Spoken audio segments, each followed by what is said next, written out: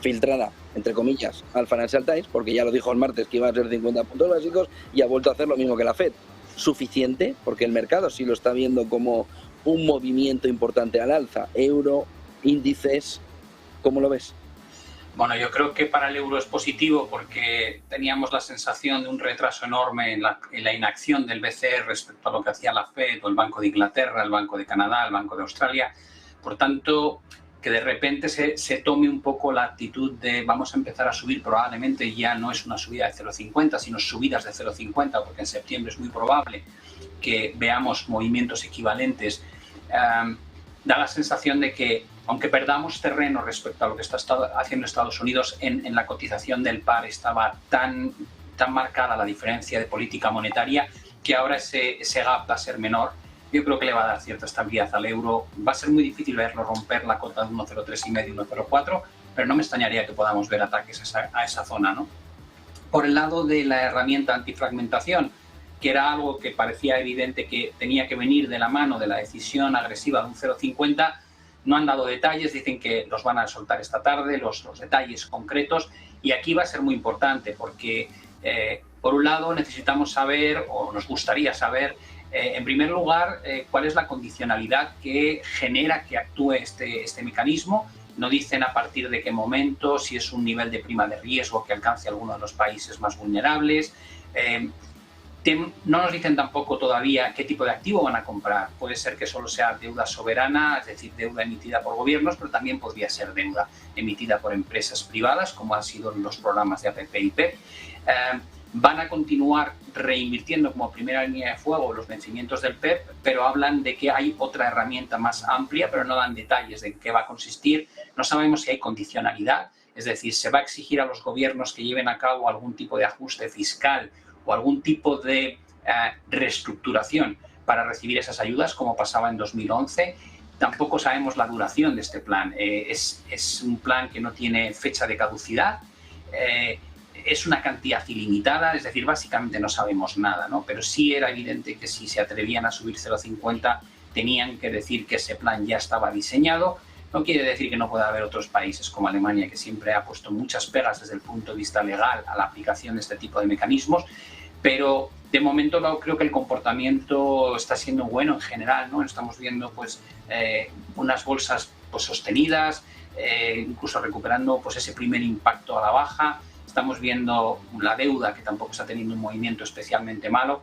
Tal vez, José Antonio, lo que te diría es que, como suele ocurrir con los mercados bajistas, todo el mundo piensa todas las semanas va a estar bajando, todos los meses va a estar bajando. Y dices, no, en absoluto. Los mayores rebotes de la bolsa se dan en mercados bajistas. Por tanto, yo creo que esto es una maratón, ¿no? Y con el tiempo descubriremos que hay fases en las que el inversor cree que todo se ha acabado y luego se vuelve a complicar y volvemos a marcar mínimos más bajos y descubrimos que los máximos son más bajos que los anteriores. Y eso es tal vez lo más difícil, ¿no? De convivir con un mercado bajista que no es un shock que dure 2 meses, sino que de repente dices, pues ya llevamos 7 meses y a lo mejor nos quedan otros 7 meses más, ¿no? Y se va a hacer tremendamente agotador para el inversor. José Luis Cava, buenas tardes. Hola, ¿qué tal? Muy buenas tardes. Primera mirada a la decisión. Aquí tenemos el gráfico del diferencial de la deuda italiana respecto al bono americano de 10 años. Lo tenemos ahora mismo en los 232 puntos. No se ha inmutado demasiado. No sé si porque el mecanismo de antifragmentación genera muchas dudas. Hombre, vamos a ver, la clave, yo creo que prácticamente los 50 puntos básicos estaban casi descontados. Podía haber sido 25-50, pero si te fijas, esa decisión no ha alterado la tendencia. Me explico bien, el euro ha rebotado de la parte de abajo a la parte de arriba, se está moviendo lateralmente dentro de ese rebote que experimentó y yo creo que la clave es la antifragmentación. Lo que pasa es que es muy difícil cuadrar el círculo. Primero, a mí no me gusta utilizar el término antifragmentación porque es un eufemismo que lo que hace y lo único que pretende ocultar es la realidad. La realidad es que tenemos una deuda pública disparada en Italia, es el 150% de su PIB, el 25% del total de la deuda pública de toda la Unión Europea, y lo único que persigue el Banco Central Europeo es permitir subir los tipos de interés a corto plazo y que los tipos de interés a largo plazo, los tipos de interés con los que está financiando a los estados PIGS pues que eso no se incremente. Entonces, cuadrar el círculo no. Lo que pasa es que utilizan el concepto de antifragmentación, esa idea, para ocultar la realidad, porque no pueden decir, oiga, ¿cómo vamos a financiar a Portugal, a Italia, a España y Grecia, que tienen el déficit público disparado, un derroche total y están superendeudadas? Eso no lo pueden decir, porque entonces los países austeros del norte se enfadarían todavía más. Hablan de antifragmentación porque los mercados, es cierto que los mercados financieros de cada país están separados del resto. La Unión Europea, la Unión Monetaria no se ha producido la unión de los mercados financieros. Los bancos no hacen préstamos transfronterizos, dicho en pocas palabras, ¿no? De tal manera que la realidad es saber cómo superan la legislación europea, porque claro, tú como Banco Central Europeo no puedes intervenir en los mercados para frenar el incremento de la prima de un país por el derroche público, el derroche de su gasto público. Entonces, ¿cómo vas a superar la legislación? Ahí es lo que hay que ver. ¿Vas a ser capaz de superarlo? Luego, en principio, en cuanto a tipos de interés, nada, tenemos que ver cómo reaccionan los mercados a las medidas antifragmentación. Por lo demás, no hay novedades. Todo se está moviendo lateralmente, han pasado de la parte de abajo a la parte de arriba, volatilidad normal y corriente, pero en ese sentido no hay novedades. Y lo que a mí me llama más la atención a nivel europeo es lo siguiente. El problema de la Unión Europea está claro, en mi modo de ver está muy claro. Una productividad estancada, una población envejecida. Aquí nadie habla de productividad. Aquí, bueno, el déficit público y cómo conseguimos subir los tipos de interés y seguir financiando a los del sur. Aquí nadie habla de productividad, nadie habla de productividad. Por lo tanto, yo soy de los que opina que lo más probable es que el euro pueda rebotar un poco más con esta excusa, pero la tendencia del euro es claramente bajista. Por lo tanto, sí, efectivamente puede llegar a la zona del 1,039, 1,035, pero yo creo que ahí lo lógico es que se pare. Esto lo estamos esperando todos los analistas, con lo cual tratarán de engañarnos, queda clara la idea. Pero vamos, en principio yo creo que no ha cambiado absolutamente nada y vamos a ver cómo hacen ese ejercicio intelectual de incrementar los tipos de interés. Y luego hay un detalle también que quería destacarles, ¿no? Los más beneficiados aquí han sido los bancos, ¿eh?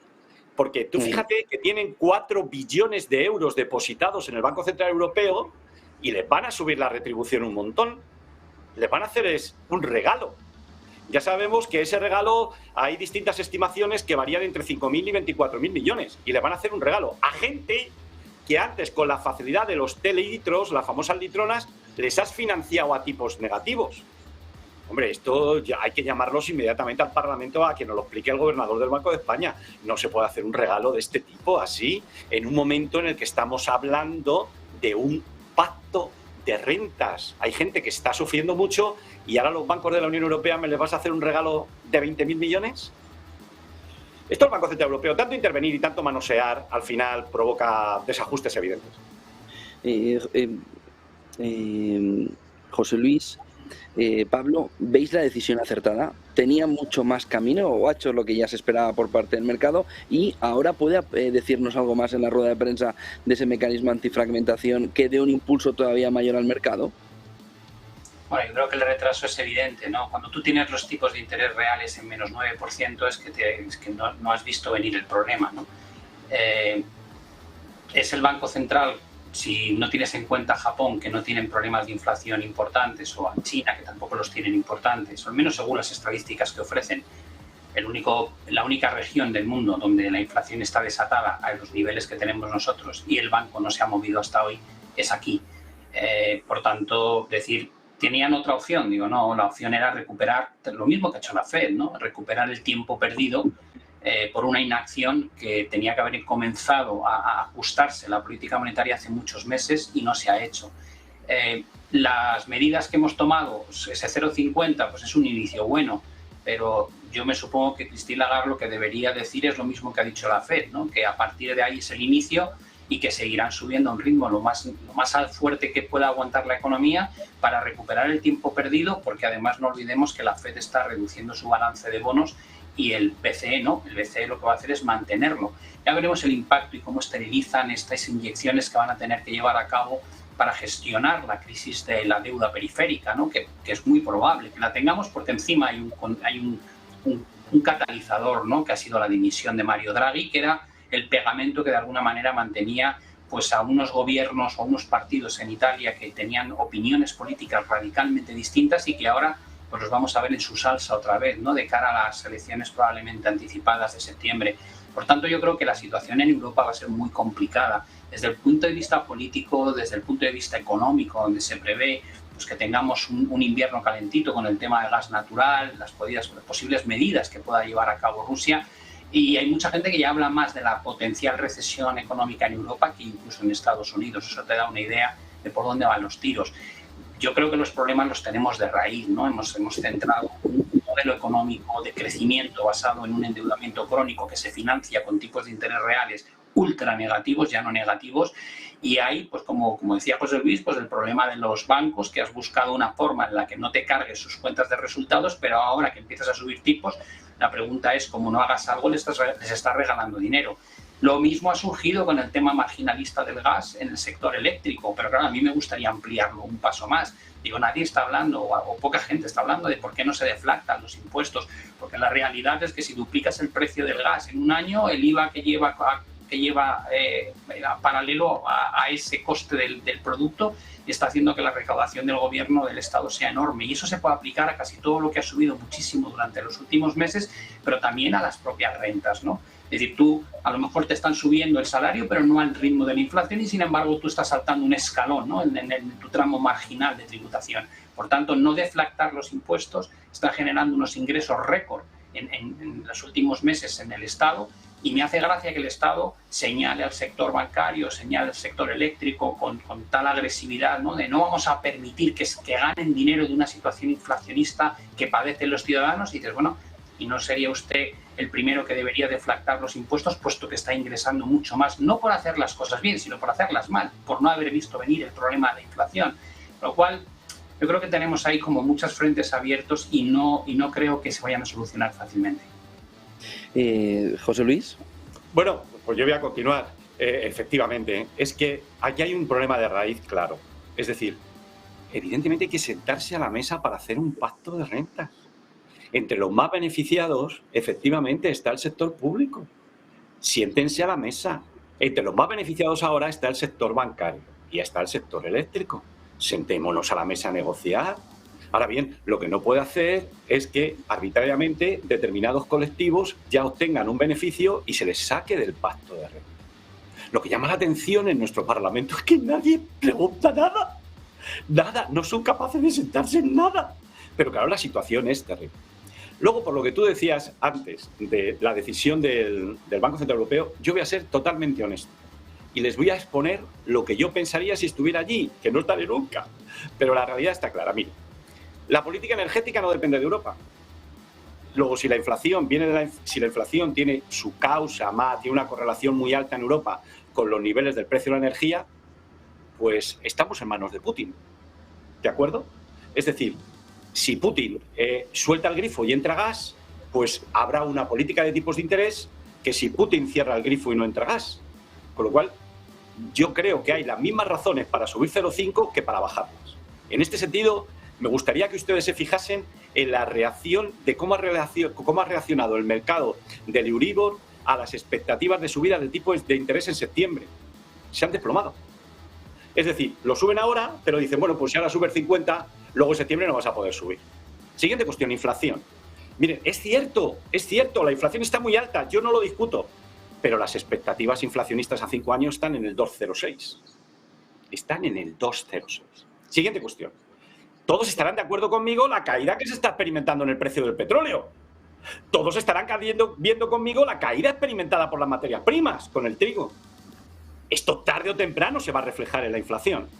Ustedes me preguntarán, bueno, ¿y cuándo se va a reflejar? Generalmente 2 meses. Pues lo más probable es que nos enfrentemos a 2 o 3 meses de descensos significativos de la inflación. Por lo tanto, si ya hemos llegado tarde a la subida de tipos, si además nos encontramos que tu política monetaria depende de lo que decida Putin, estamos muy vendidos. Luego, sinceramente, van con el sistema de prueba y error. Pero no pueden tener un modelo claro. Luego, además, hay otra cosa. La política monetaria va por un lado y la política fiscal va por otra. Cuando, si quieres conseguir un objetivo, tienen que ir de la mano. Nos encontramos que, ¡hala! A subir los tipos de interés. No, 25 no, 50. Ya ahora vas al otro y le dices, oye, ¿por qué no reduces el consumo de gas? Yo, reducir el consumo de gas, yo soy Grecia, yo no. España, yo tampoco. Oye, niño, reduce el déficit público. Y dice, Grecia, yo reducir el déficit público, ¿tú estás mal de la cabeza? o Italia. ¿Ustedes creen que van a reducir Italia el déficit público? Y luego otra cosa, para ver lo que va a pasar en Europa, miren Target 2, esto no lo sacan. El Banco Central de Italia debe 0,6 billones al Banco Central Europeo. ¿Ustedes creen que esos grupitos minúsculos que están desarrollando el problema en Italia ahora mismo pagarían los 0,6 billones? Y cuando este grupito se siente con el Banco Central Europeo y el Banco Central Europeo le diga, oye niño, para darte más dinero, aparte de los 200.000 millones que te debo pagar por el programa de recuperación de COVID de la Unión Europea y que adoptes reformas que todavía no has hecho porque has echado a Draghi, ¿sabes lo que le van a decir los grupitos esto? Decir, oye, no te pongas tonto, porque yo te debo 600.000 millones, que si yo mañana me voy del euro o me voy de la Unión Europea, te quiebro al Banco Central Europeo y quiebro al Banco Central Alemán. Y da la casualidad de que los que van a celebrar las elecciones y los que están provocando la caída del gobierno, da la casualidad que el centro derecha, probablemente, que son los euroescépticos, probablemente ganen las elecciones.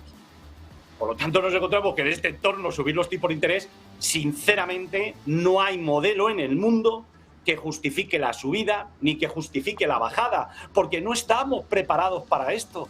En este sentido, me gustaría también citarles a ustedes que el propio Powell ha reconocido que el modelo del sistema de la Reserva Federal para calcular la inflación está equivocado. Luego, si en Estados Unidos, que no tiene el mismo problema que nosotros, el modelo está equivocado y lo ha reconocido el propio Powell, y el FED es la institución del mundo que más economistas tiene, pues la decisión está, pues si lo sube 0,25, pues lo mismo que 0,50. Pero es que ahora me decimos, bueno, ahora esto que es el eufemismo de antifragmentación, bueno, lo estamos redactando, pero si llevan redactándolo mediodía, ¿y qué quieren? Cuadrar lo que sí cuadrar. Por lo tanto, pero José Luis, pero lo que estás diciendo es que vamos de cabeza a una recesión, ¿no? Vamos a ver. Yo, sinceramente, creo, aquí depende de lo que haga el Banco Central Europeo. Por ejemplo, es que dependemos de Putin, ¿de acuerdo? Es decir, si Putin te la hagas...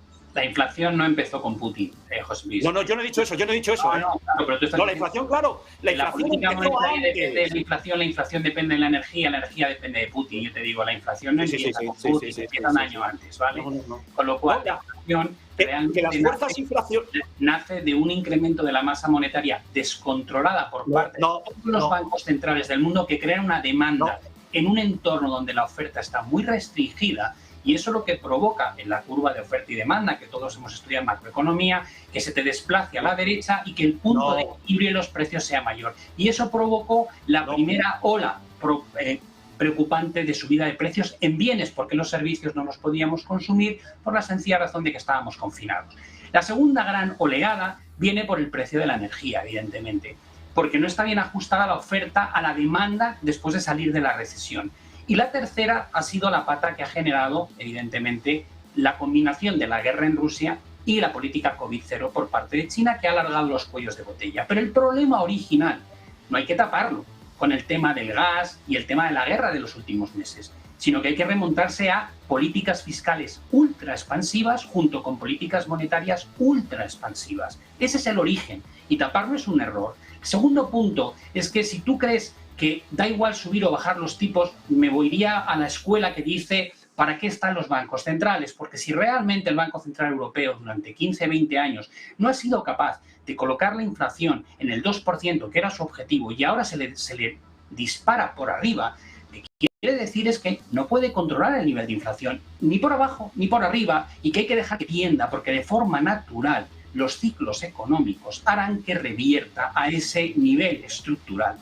Es básicamente lo que estás diciendo, la inflación va a volver, claro que va a volver, en términos interanuales. Se compara, José Luis, se compara un año contra otro. Con lo cual, dentro de 2 meses, los datos que vamos a estar mirando a la hora de comparar el nuevo dato de septiembre, octubre, serán datos que estarán ya por encima del 5%.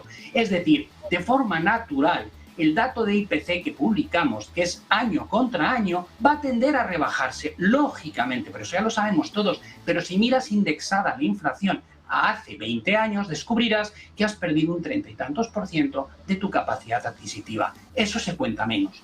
Es decir, importa un montón la inflación, la forma en la que la calculamos es un error. Cuando Powell te dice que el modelo está mal, ¿cómo no va a estar mal si utilizan una cosa que llaman el Owner's Equivalent Rent, que según ellos aporta aproximadamente un 5% de subida al IPC cuando los precios de las viviendas suben casi a un ritmo de un 20%. Evidentemente está mal calculado, igual que el ajuste hedónico. Pero eso ya lo sabemos, no nos lo tienen que decir ahora. Eso lo conocemos desde hace mucho tiempo. Entonces, ¿trabajan con datos manipulados? Sí, lo sabemos. Toman decisiones tardías, lo sabemos. ¿Por qué? Porque aunque dicen que su mandato es el desempleo y es la inflación, la realidad es que están todo el día mirando los mercados financieros y la estabilidad. ¿Por qué? Porque en 2008 se murieron de miedo, porque pensaban que colapsaba el sistema monetario tal y como lo entendemos. Porque no hay tanto dinero para respaldar, no hay dinero físico para respaldar el dinero contable que tenemos. Y todo eso cambió la forma en la que actuábamos y nos ha llevado a creer que la inflación es un problema transitorio, hasta que ha subido tanto que han dicho, tenemos que reaccionar. ¿Por qué? Porque se va a convertir en una crisis social. Y como no actuemos, se va a instaurar ese ciclo tan pernicioso de no quiero una política de rentas, un pacto de rentas, quiero que mi salario suba al ritmo de la inflación y como eso pase, entonces sí que tenemos un problema muy grave. Pero todo lo demás ya lo conocemos, no juguemos con ello, sabemos que está mal calculada, sabemos que va a revertir solamente por el efecto estadístico y sabemos que el precio del dinero no debería estar con tasas negativas de forma estructural como llevamos viviendo tantos años, porque invita claramente a la especulación y sobre todo al endeudamiento, porque los bancos, en este caso, nutren de liquidez al sistema y ningún gobierno en su sano juicio, cuando le pagan por endeudarse, va a querer tener un nivel de deuda bajo. Por tanto, es un desincentivo a hacer bien las cosas. Y eso es lo que nos ha traído aquí, con lo cual llamemos a las cosas como son. No hagamos más eufemismos de los que ya utiliza el BCE cuando se dirige a nosotros hablando de la medida antifragmentación. Yo voy a cortar ahora y me voy a ir a escuchar la conferencia del BCE, pero vuelvo según termine. Sí, la verdad es que hemos dejado... que te vayas, no te iba a contestar. Hemos dejado a cabo... Adelante. Bueno, vamos a ver, yo no he tratado, primero, que hay que dejar las cosas claras. Yo no he dicho, y por lo tanto no me lo puedes atribuir a mí, que la inflación no haya empezado antes. Yo no he dicho eso. Yo lo que te estoy diciendo es que ahora mismo, igual que la causa de la subida, fundamentalmente la aceleración final, se ha debido fundamentalmente a la fuerte subida del precio del petróleo que se fue a los 130, 100 y pico dólares, y ahora está bajando y ha caído por debajo de 90. Eso va a reflejarse en los precios, es lo que yo te estoy diciendo. En segundo lugar, por lo que hace referencia a las presiones, a la estructura de la inflación en Europa, se explica en un 60% por el comportamiento del precio de la energía. Eso está estadísticamente y está. Luego, en segundo lugar, yo sé que esa teoría que me la enseñaron a mí de la facultad y que está muy obsoleta, en mi opinión, que es el dinero, que la inflación es un fenómeno monetario. Bueno, todos sabemos que para llegar a esa conclusión hay que tener en cuenta la velocidad de circulación del dinero. Si tú incrementas... ¿Me permites? Mientras la más monetaria no es más que subir. ¿Me permites? ¿Me permites? ¿Me permites? Claro, da los datos bien. Vamos a ver, yo no estoy dando datos mal. La oferta monetaria está creciendo y la velocidad monetaria y la velocidad de rotación del dinero se está hundiendo. No es cierto. Entonces, en Estados Unidos la velocidad del dinero se ha mantenido estable durante los últimos 6 meses. Déjame que acabe, ¿vale? Déjame que acabe el argumento y ya te dejo hablar todo lo que quieras. Bien, vamos a ver. Entonces, hay otro hecho claro. Nos estamos encontrando en un lado, la oferta monetaria ha crecido muchísimo, pero la velocidad de circulación del dinero no se incrementa y al hacer el producto se anula. Entonces, claro, se ha estabilizado muchísimo porque está muy abajo. Entonces, aunque tú multipliques, no había problemas. En segundo lugar, hemos visto que el crecimiento de la oferta monetaria se ha producido desde hace mucho tiempo.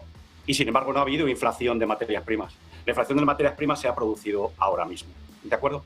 Y luego, bueno, de tus palabras estoy muy contento porque me has reafirmado el concepto que he dicho yo. No tienen modelo para estimar la inflación y cualquier decisión que tomen en materia de subida de tipos de interés no está fundada, no tiene una parte lógica. Luego, vamos a considerar el comerciario más probable que vayan vía prueba y error, a ver si en un momento aciertan. Pero yo no tengo más que decir. Esta es mi idea. Veámoslo a partir del debate de Lagarde y ahí seguimos. Escuchamos a Lagarde y enseguida volvemos, si queréis, también con ese debate sobre todo si esa decisión está fundamentada o es un poco aleatoria. Enseguida volvemos con José Luis y con Pablo. Vamos a escuchar primero a Lagarde a ver qué comenta la presidenta del Banco Central Europeo. This decision is based on our updated assessment of inflation risks and the reinforced support provided by the TPI for the effective transmission of monetary policy. It will support the return of inflation to our medium-term target by strengthening the anchoring of inflation expectations and by ensuring that demand conditions adjust to deliver our inflation target in the medium term. At our upcoming meetings, further normalization of interest rates will be appropriate. The front-loading today of the exit from negative interest rates allows us to make a transition to a meeting-by-meeting approach to our interest rate decisions. Our future policy rate path will continue to be data-dependent and will help us deliver on our 2% inflation target over the medium term. In the context of our policy normalization, we will evaluate options for remunerating excess liquidity holdings. We assessed that the establishment of the TPI is necessary to support the effective transmission of monetary policy. In particular, as we continue normalizing monetary policy, the transmission protection instrument will ensure that our monetary policy stance is transmitted smoothly across all euro area countries. The singleness of our monetary policy is a precondition for the ECB to be able to deliver on its price stability mandate. The TPI will be an addition to our toolkit and can be activated to counter unwarranted disorderly market dynamics that pose a serious threat to the transmission of monetary policy across the euro area. The scale of TPI purchases depends on the severity of the risks facing policy transmission. Purchases are not restricted ex ante. By safeguarding the transmission mechanism, the TPI will allow the Governing Council to more effectively deliver on its price stability mandate. In any event, the flexibility in reinvestment of redemptions coming due in the Pandemic Emergency Programme portfolio remains the first line of defence to counter risks to the transmission mechanism related to the pandemic. The decisions taken today are set out in a press release available on our website, and the details of the TPI are described in a separate press release that will be published at 3:45. I will now outline in more detail how we see the economy and inflation developing, and will then explain our assessment of financial and monetary conditions. So, economic activity is slowing. Russia's unjustified aggression towards Ukraine is an ongoing drag on growth. The impact of high inflation on purchasing power, continuous supply constraints, and higher uncertainty are having a dampening effect on the economy. Firms continue to face higher costs and disruptions in their supply chains, although there are tentative signs that some of the supply bottlenecks are easing. Taken together, these factors are significantly clouding the outlook for the second half of 2022 and beyond. At the same time, economic activity continues to benefit from the reopening of the economy, from a strong labour market, and from fiscal policy support. In particular, the full reopening of economy is supporting spending in the services sector. As people start to travel again, tourism is expected to help the economy in the third quarter of this year. Consumption is being supported by the savings that households built up during the pandemic and by a strong labour market. Fiscal policy is helping to cushion the impact of the war in Ukraine for those bearing the brunt of higher energy prices. Temporary and targeted measures should be tailored so as to limit the risk of fueling inflationary pressures. Fiscal policies in all countries should aim at preserving debt sustainability, as well as raising the growth potential in a sustainable manner to enhance the recovery. Inflation increased to 8.6% in June. Surging prices were again the most important component of overall inflation.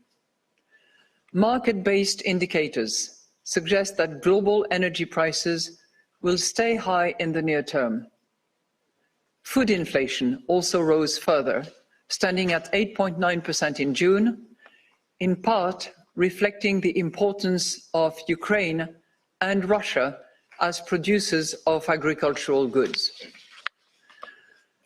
Persistent supply bottlenecks for industrial goods and recovering demand, especially in the services sector, are also contributing to the current high rate of inflation. Price pressures are spreading across more and more sectors, in part owing to the indirect impact of high energy costs across the whole economy. Accordingly, most measures of underlying inflation have risen further. We expect inflation to remain undesirably high for some time, owing to continued pressure from energy and food prices and pipeline pressures in the pricing chain. Higher inflation pressures are also stemming from the depreciation of the euro exchange rate. But looking further ahead, in the absence of new disruptions, energy costs should stabilize and supply bottlenecks should ease, which together with the ongoing policy normalization should support the return of inflation to our target. The labour market remains strong. Unemployment fell to a historical low of 6.6% in May.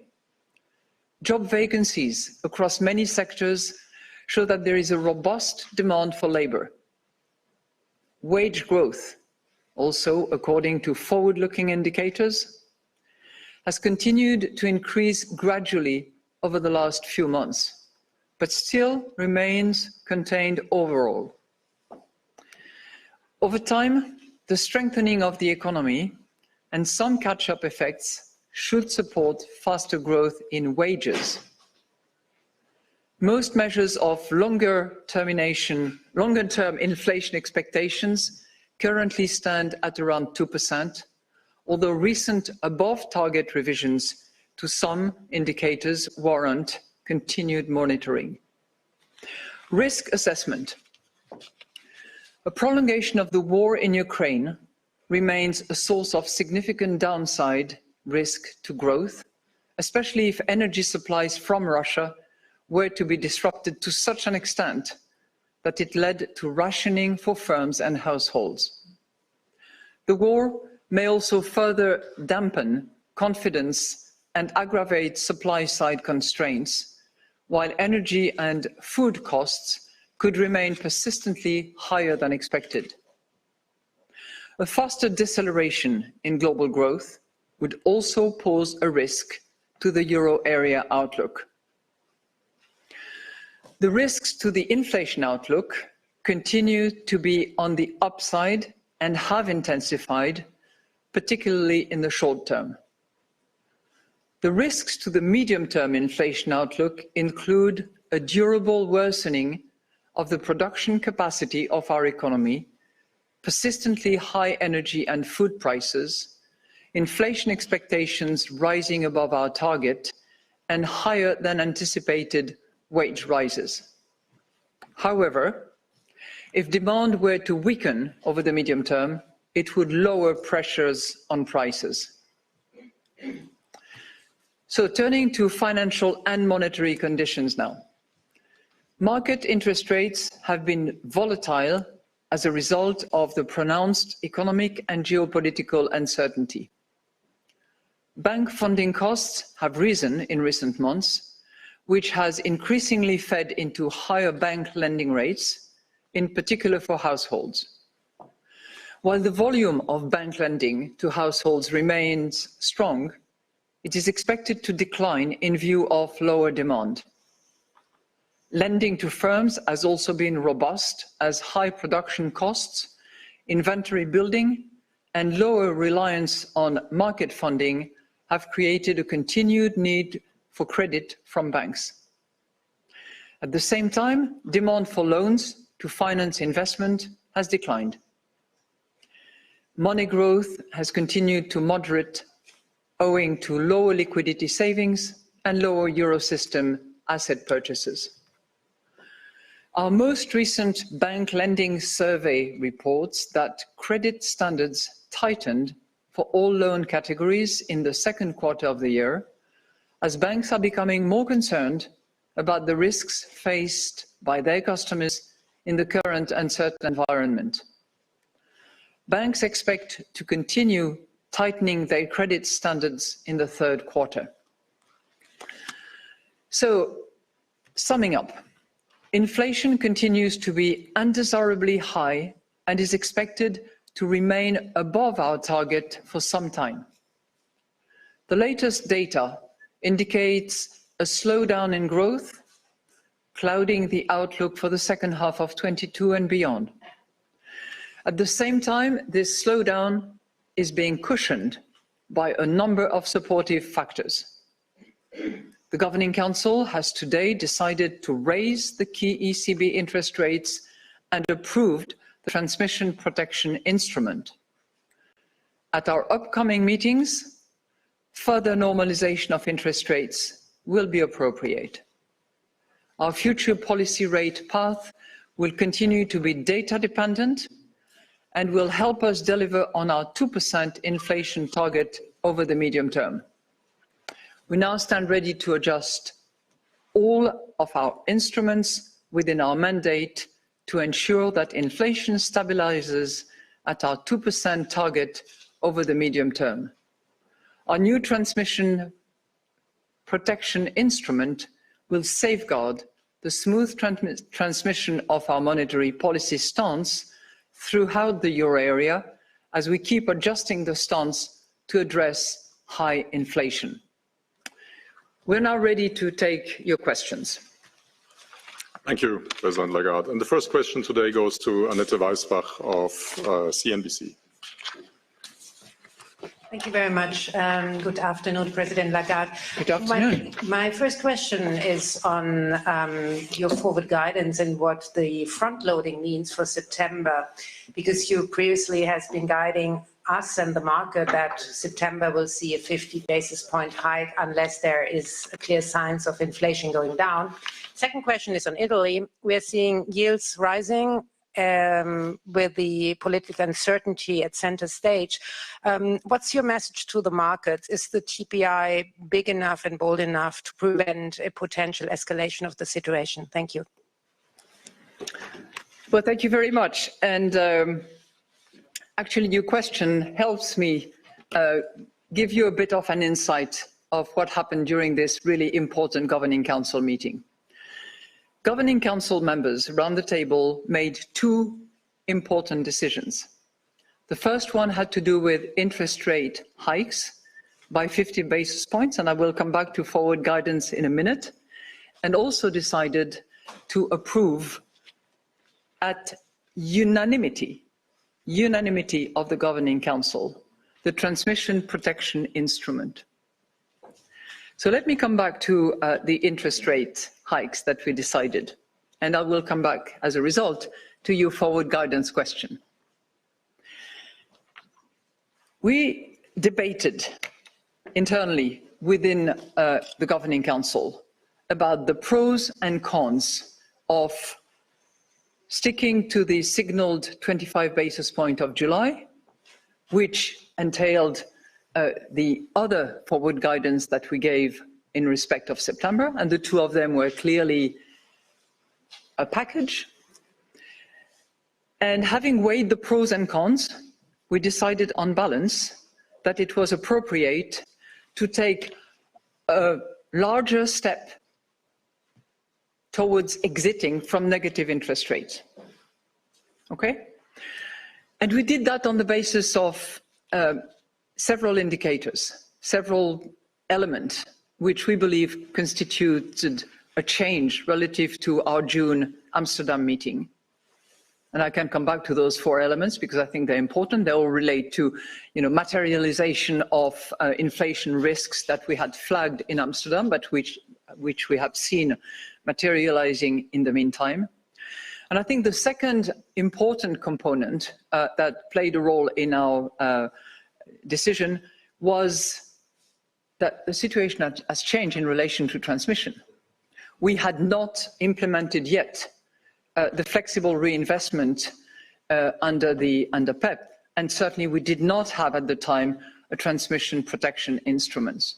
So these 2 elements combined, realization of upside risks to inflation, plus the presence and the operationality of the flexible reinvestment under PEP, and more importantly, the unanimous support of the Governing Council for the transmission protection instrument led us to decide a larger than what had been signaled rate hikes on the occasion of this meeting.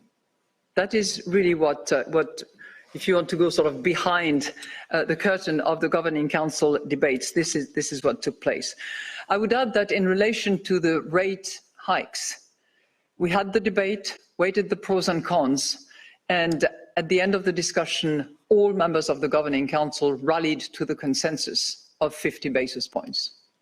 So it's a strong indication on both accounts in relation to the higher step that we are taking to exit from negative interest rates, and on the other front, which is making sure that our monetary policy stance is transmitted smoothly throughout the entire euro area.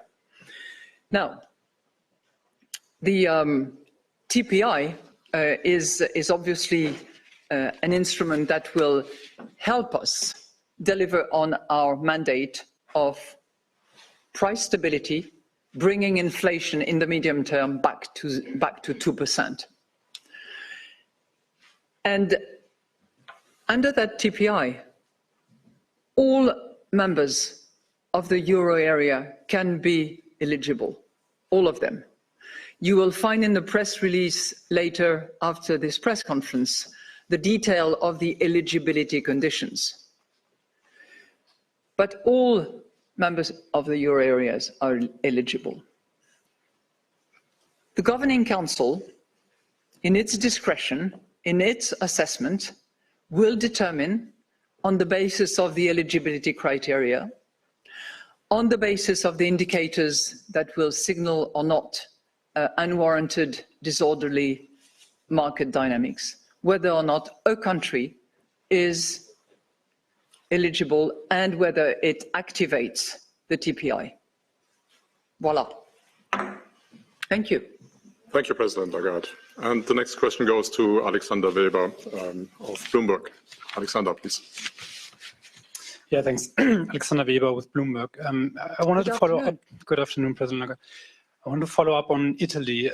Given that right now there's a very clear reason behind market reaction, do you see any way for you to buy Italian debt in the foreseeable future while arguing that market reaction was unwarranted, which would be the condition for the TPI? And then coming back to the September decision, is this really now the interest rate decision for September? Is it really completely open now, or do you still envision a move of larger than 25 basis points? On your first question, as I have just described TPI, and I'm happy to come back to that in terms of eligibility conditions and decision-making of the Governing Council, TPI is a program that is designed to address a specific risk that all euro area countries can face. So all euro area countries are in principle eligible to the TPI. Subject to what? Subject to being considered by the Governing Council as eligible to the TPI on the basis, notably, not exclusively, it will be the discretion of the Governing Council to make the decision, notably on the basis of criteria that are very specifically spelled out. If and when the TPI needs to be activated, obviously the Governing Council is going to conduct a thorough assessment of the situation in the affected countries, and the decision to begin TPI purchases, as I said, will be in the entire discretion of the Governing Council. Now, clearly, to assess whether you have unwarranted, disorderly market dynamics, the Governing Council will take into account multiple indicators to determine the warranted versus unwarranted, and to determine the orderly versus disorderly. And multiple indicators have been discussed and will be taken into account by the Governing Council. You wanted to come back to September. That's a good point. I think I had addressed that issue with your colleague sitting next to you. I think what I tried to explain in my first answer is that in June we have signaled. It's not exactly what I said, by the way, neither in my blog nor in my Simtra speech, just in case any of you is interested, and very scrupulous and scrutinizes those documents. But at our Amsterdam June meeting, we signaled our intention to increase by 25 basis points. And that was a signal, some degree of forward guidance to that signal, that was coupled with the signal that was given in relation to September. Given the decision that we are taking today, which is to increase, and remember, Amsterdam, for those of you who have forgotten, was we intend to increase by 25 basis points, and at our September meeting, the incremental increase will be possibly larger than 25. And some of you have assumed that it might be 50. But we decided to go for 50 basis points hike in June, and therefore the combined forward guidance that existed for September is no longer applicable. I think if you go back to the monetary policy statement, you see very clearly that from now on, we will make our monetary policy decisions on a data-dependent basis, we'll operate month by month and step by step. So what happens in September is going to depend on what data we have for September, but we are definitely on a normalization path, in order to reach our medium-term objective of 2%. So let me repeat again, because you seem to frown. We will determine in September on the basis of the data that we receive, and this is a projection exercise in September, remember? That will include all the national central bank in the exercise. So on the basis of the data that we receive at the time of those projections, we will determine what step we take on the normalization path that we are taking in order to deliver on our medium-term 2%. Now, that doesn't mean to say that we are changing the ultimate point of arrival, okay? We are accelerating the exit, and we are following the path of normalization that we have flagged. Thank you. Thank you, President Lagarde. The next question goes to Franziska Kruse of ZDF German Television. Hello, good afternoon. Thank you for having my question, which is the following. How will the ECB decision on the interest... Estamos siguiendo detenidamente las palabras de Christine Lagarde. Está respondiendo a las cuestiones que le están planteando los medios de comunicación en una reunión de política monetaria del Banco Central Europeo que es sin duda alguna histórica. Por el movimiento, por supuesto, esa subida de una sola tacada en 50 puntos básicos, algo que no ocurría desde hace 22 años. A partir de aquí vamos a seguir, por supuesto, en este especial y, por supuesto, con la programación enfocada al Banco Central Europeo a lo largo de la tarde en Rolling Stocks. Mientras tanto, queremos hacer una breve pausa de esa rueda de prensa para indicarles qué es lo que está ocurriendo en estos momentos con la prima de riesgo italiana, y es que la tenemos ya en 241 puntos, como podemos ver ahora mismo en pantalla. Sigue subiendo la prima de riesgo, ha estado subiendo ahora, sobre todo en estos últimos compases, a tenor de la respuesta que estaba dando Christine Lagarde cuando se le ha preguntado por la situación de la deuda italiana y cuando se le ha preguntado por la elegibilidad de los países ante esta herramienta antifragmentación, de la que vamos a conocer más detalles en un ratito, a las 4 menos cuarto de la tarde. Por el momento, los detalles no los tenemos, vamos a tener que esperar un poco, pero sin duda alguna, ahora mismo el foco está puesto en los países pertenecientes a la economía, a las economías del sur, con esas deudas periféricas, como es el caso de Italia, por supuesto. Además, en esa plena crisis de gobierno después de la salida definitiva de Mario Draghi. Las elecciones, recordemos, en otoño serán sin haberse aprobado los presupuestos generales del Estado italiano del año que viene. Así que especial foco en lo que está ocurriendo ahora mismo en la renta fija, ese diferencial que se está incrementando entre la deuda italiana y la alemana, 241, 246 en estos momentos. Mientras estamos hablando, esto sigue evolucionando, disparada un 7%, 246 puntos la prima de riesgo italiana. Creo que sigue con nosotros José Luis Cava, analista independiente. Pablo Gil está ahora mismo escuchando la rueda de prensa detenidamente. Así que, José Luis, si me lo permites, quería preguntarte a ti cómo estás viendo precisamente el comportamiento que estamos viendo ahora mismo en la prima de riesgo italiana. Bueno, pues en principio debemos de tener en cuenta que la tendencia no la van a cambiar. La situación en Italia es muy delicada. Y el problema fundamental al que se enfrenta Italia es que si gana el centro derecha, como hemos dicho anteriormente, son escépticos en materia del euro. A ver cómo les convencen. Luego hay un detalle que me ha llamado la atención en cuanto a lo que ha dicho Lagarde, es que siguen siendo data dependientes. Segundo lugar, también ha hablado de los tipos de interés en septiembre y ya a mí me da la sensación que lo que han hecho ahora es subirlos rápidamente, los 50 puntos básicos, y está hablando sobre ello, más que nada porque saben que llegan muy tarde y temen que la ventana de subida de tipos se le agote. Luego también ha dicho que quería que las expectativas inflacionistas y tratar de conseguir un objetivo de inflación del 2%, pero prácticamente las expectativas inflacionistas a 5 años están en el 2,06%. Entonces, yo lo que creo es que han subido los tipos así un poquito agresivamente porque sabe que llegan tarde. Y más que nada porque la economía europea se enfrenta a una recesión. Ahora bien, me gustaría señalar las palabras que para mí han sido las más importantes y tienen que ocupar, en mi opinión, por lo menos el titular mío. Cuando hablan de la herramienta, esta famosa TPI, que es lo que llamábamos, lo que va a ser la herramienta antifragmentación, fíjense lo que ha dicho. Dice que puede activarse para contrarrestar la dinámica injustificada y desordenada del mercado. ¿De acuerdo? Es decir, la activan cuando haya la necesidad de contrarrestar una dinámica injustificada. Y si ustedes se fijan, ha repetido la palabra, del rato que yo lo he visto, pues 4 o 5 veces, muy insistentemente.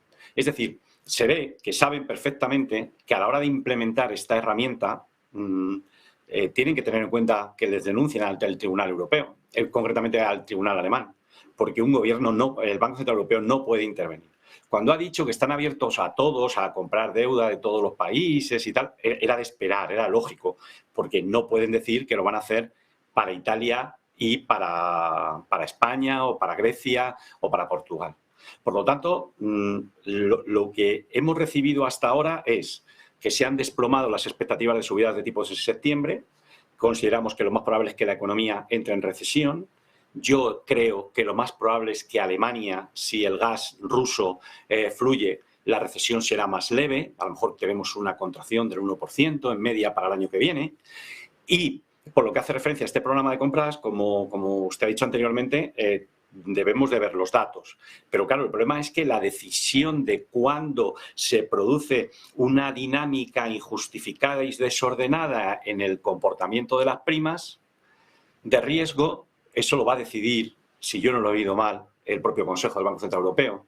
Con lo cual, han añadido una herramienta más a todas las que tienen y vamos a ver cómo la ejercen, pero en principio yo creo que eso tiene que estar muy, muy condicionado. Luego han dicho que van a establecer algún tipo de condicionamiento y luego también me ha parecido entender, lo que pasa no estoy seguro, que yo antes les he dicho que iban a provocar que los bancos ganaran una gran cantidad de dinero. De hecho, se estima que en el rango de la Unión Europea puede estar entre 5 y 24.000 euros, ¿no? Porque es difícil calcularlo porque no tenemos los datos de cada banco, evidentemente, ¿no?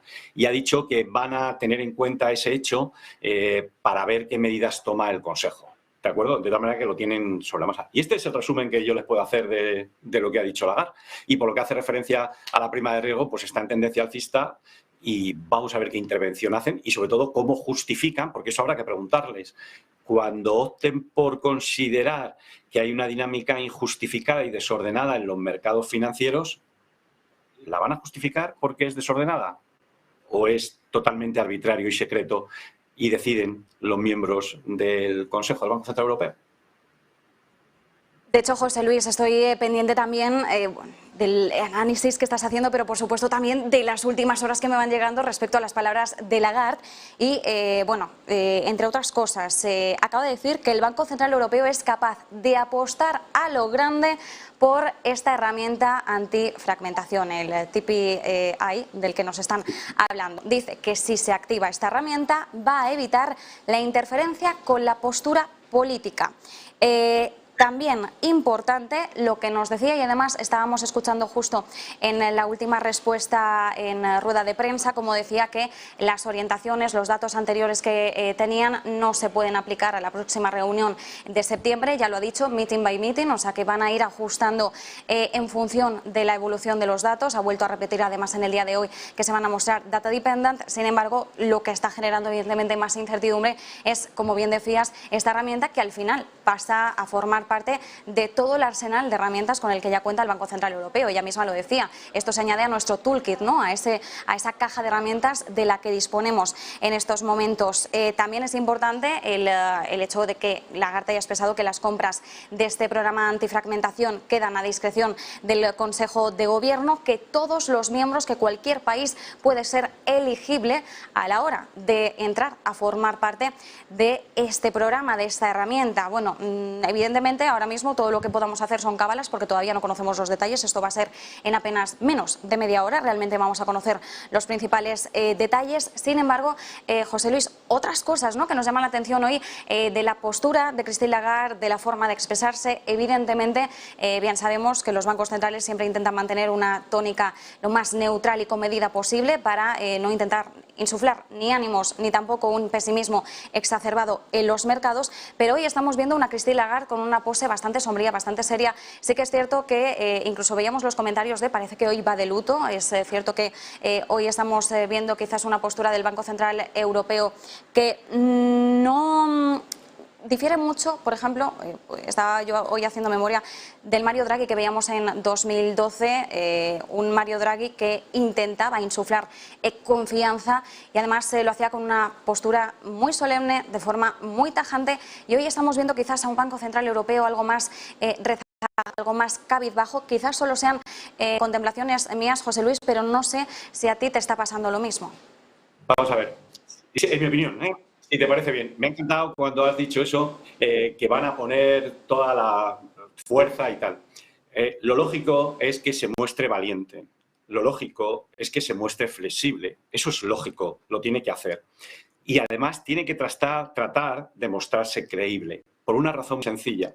Porque si no se muestra confiada en lo que dice, si no se muestra que va a ser flexible y si no nos da la sensación de que es creíble, las primas de riesgo se hubieran disparado. ¿De acuerdo? El éxito que ha tenido es neutral. Tú misma lo estabas diciendo. Estamos viendo como la prima de riesgo, desde que ha venido hablando ella, ha subido un poquito y está estabilizada, pero está en la zona de máximos. La situación cuando Draghi dijo eso de que whatever it takes, que ya está impreso en algunas wallets circulando por ahí en los grandes almacenes, la situación es muy diferente a la actual. Europa está rota. Ahora estamos en guerra. Hay un país que es Italia que debe 0,6 millones al euro, que está en recesión, que tiene una estructura política y ves unos políticos que nada más que miran por su interés, que lo más probable es que se vayan a enfrentar a Europa ¿de acuerdo? Y que a los que ya se les debe 200.000 millones, hay que pagarle 200.000 millones más. El problema es que no hacen las reformas y el plan de reformas de Draghi no se va a llevar a cabo. Luego nos encontramos ante países del sur que no están mejorando la productividad. Sin prejuicio del precio de la energía, sin prejuicio del precio de los alimentos. Si tú en un país no incrementas la productividad, no vas a ninguna parte. Pero es que además en la Unión Europea tenemos la productividad estancada, no se invierte. A los gobiernos no les importa porque demasiado hace para mantenerse en el poder con unos niveles de inflación tan altos que les hunden las expectativas de votos. Si además tenemos en cuenta que tenemos una población envejecida, piensa que desde que habló Draghi el nivel de la deuda pública italiana se ha disparado. Es el 150% del PIB. Luego nos encontramos con que mientras tú la política fiscal no consigas domarla, sinceramente puedes manifestarte todo lo creíble, pero el mercado lo sabe perfectamente. El mercado lo sabe perfectamente. Oye, que me puede intervenir en un momento determinado y bajar la prima de riesgo, vale. Pero en el mensaje que están teniendo los mercados, yo no soy nadie en el mercado, pero yo el mensaje que tengo es claro. Me he dado prisa a subir los tipos de interés porque ya no me queda tiempo porque vamos a entrar en recesión. Y como he subido los tipos de interés, no quiero que los gobiernos derrochadores del sur, Italia, España, Grecia y Portugal, paguen más por los tipos de interés de endeudarse a largo plazo porque me cargo sus déficits públicos. Esto es lo que hay. Y esto lo tiene que vender. Pero claro, no lo puede decir así. Entonces empleamos el TPI, antifragmentación, pero en realidad es economía endeudada, envejecida y sin tomar medidas en la productividad. Por lo tanto, yo sinceramente creo que el euro, tras este rebote, yo creo que debería seguir cayendo. ¿De acuerdo? Debería seguir cayendo. Y luego a mí me gustaría también llamarles la atención sobre un concepto en economía que no se dio cuando yo estaba estudiando en la facultad. Yo no lo di al menos. Que es el tipo de interés neutral. El tipo de interés neutral es aquel en el que se alcanza el equilibrio entre la inversión y el ahorro. ¿De acuerdo? El problema que tenemos ahora mismo es que los tipos de interés neutrales muy probablemente están por debajo de cero o cerca de cero. Como el sistema de la Reserva Federal no dejó caer los tipos de interés por debajo de cero y el Banco Central Europeo por debajo de menos 0,5, como el tipo de interés neutral estaba por debajo, ahora ha subido mucho más que lo que vemos con las subidas nominales del tipo de interés de los fondos federales y del tipo de interés del Banco Central Europeo. Por lo tanto, eso está provocando tensiones en la economía. Si ustedes se fijan, hasta el salvaje de Bullard dijo el otro día que ya consideraba que el tipo de interés de los fondos federales estaba en torno al tipo de interés neutral. Reculó muchísimo con respecto a sus declaraciones agresivas, porque notan que las economías es que no dan para más. ¿De acuerdo? Por lo tanto, yo, si me permites, Marta, voy a acabar con una pregunta, que es la que yo le hubiera hecho a Lagarde. ¿Cuándo van a volver otra vez ustedes a situar los tipos de interés en zona negativa? Esa es la pregunta que yo le haría, porque yo no me creo lo que van a hacer. Pero bueno, yo no soy nadie. Veremos lo que dice el mercado. Entonces vamos a considerar como escenario probable que el euro rebote un poquito, que llegue a la zona 1,039, fundamentalmente porque la gente está muy corta y va a cancelar posiciones, y luego yo creo que a continuación debería experimentarse un retroceso. Pero vamos, de momento está rebotando y ya veremos cuando llegue a la zona de los 1,039. José Luis, atención a lo que acaba de decir Christine Lagarde. Dice que no hay recesión en su escenario de referencia, así que la primera afirmación contundente realmente que estamos viendo que hace ahora mismo respecto a la recesión. Yo os estaba escuchando atentamente, tanto a ti como a Pablo Gil, que sigue pendiente ahora. En cuanto veamos que termina esa rueda de prensa, le preguntaremos a él, pero bueno, veíamos cómo entrabais en debate precisamente a tenor de la cuestión de la recesión. ¿Lleva una venda el Banco Central Europeo en los ojos al no contemplar la recesión en su escenario central? Vamos a ver, yo lo que creo es que recesión va a existir, va a producirse. Si tú me dices, ¿en qué te apoyas? Pues hombre, yo me apoyo en la estructura que tiene la curva de tipos, ¿de acuerdo? Me apoyo en los datos de Italia y, bueno, nos podemos apoyar en una gran cantidad de datos, por ejemplo, en el sistema de la Reserva Federal de Atlanta, el Banco de la Reserva Federal de Atlanta, ¿de acuerdo? O los datos de la economía alemana, o cómo ha caído el déficit comercial. Alemania, sabemos perfectamente que Alemania el truco residía en comprar un gas barato en Rusia, armar las piececitas y venderlo, lo hemos dicho muchas veces. Y eso depende de Putin. Si Putin le da gas barato, pueden seguir con su modelo de negocio. Si Putin no le da gas barato, el gas va a ser más caro. Ahora bien, si tú me dices, ¿tú estás convencido de que va a haber una recesión profunda? Yo te digo no. ¿De acuerdo? Yo lo que veo es en el año 2023 una Alemania cayendo en contracción a medida que avance el año y registrar tasas negativas del -1% para el segundo, tercer trimestre. Y luego veo una vuelta otra vez a crecimientos bajos a medida que nos acerquemos a final de año. Así es como yo veo a Europa, así es como veo a Alemania. Si hubiese un acuerdo con Rusia para acabar la guerra y suministrar energía barata de nuevo, pues entonces automáticamente las previsiones de crecimiento que yo tengo, así es como yo pienso, pero evidentemente estoy tratando de adivinar el futuro y sabemos bien que yo no soy adivino, ¿de acuerdo? Pero contestando a tu pregunta, yo veo una recesión leve, no una recesión profunda, y al final del año 2023 una cierta recuperación, justamente coincidiendo con momentos en que los tipos de interés los hayan bajado, ¿de acuerdo?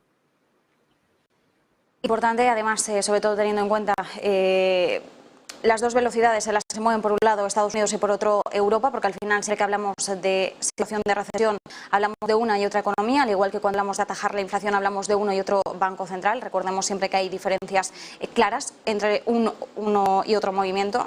Además, en la Reserva Federal siempre hablamos del Banco Central de todo un país.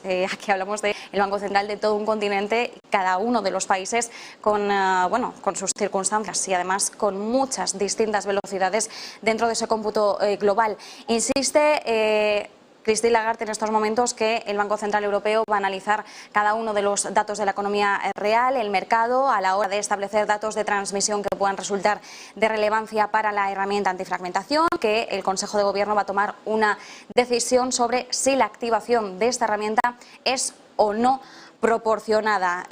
Mientras tanto, también una cosa que me llamaba la atención es el hecho, hace unos minutos lo estaba diciendo Christine Lagarde, insistía en que los países deben cumplir con las reglas de deuda de la Unión Europea para acceder a esta herramienta antifragmentación.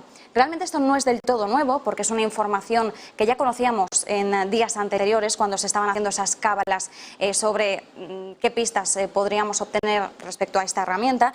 Y de hecho veíamos cómo Reuters citaba algunas fuentes cercanas diciendo que este acuerdo, esta herramienta iba a requerir que los países que se beneficiaran de ella se adheriesen a las reglas de la Comisión Europea sobre reformas y sobre disciplina presupuestaria. Claro, esa es la información. ¿Cómo interpretamos esa información, José Luis? Es lo importante. Pues yo te digo, es muy fácil de contestar. Piensa en Alemania, elecciones en octubre, nadie va a querer reducir el gasto público, a ver cómo metes a los partidos italianos y al gobierno italiano en vereda.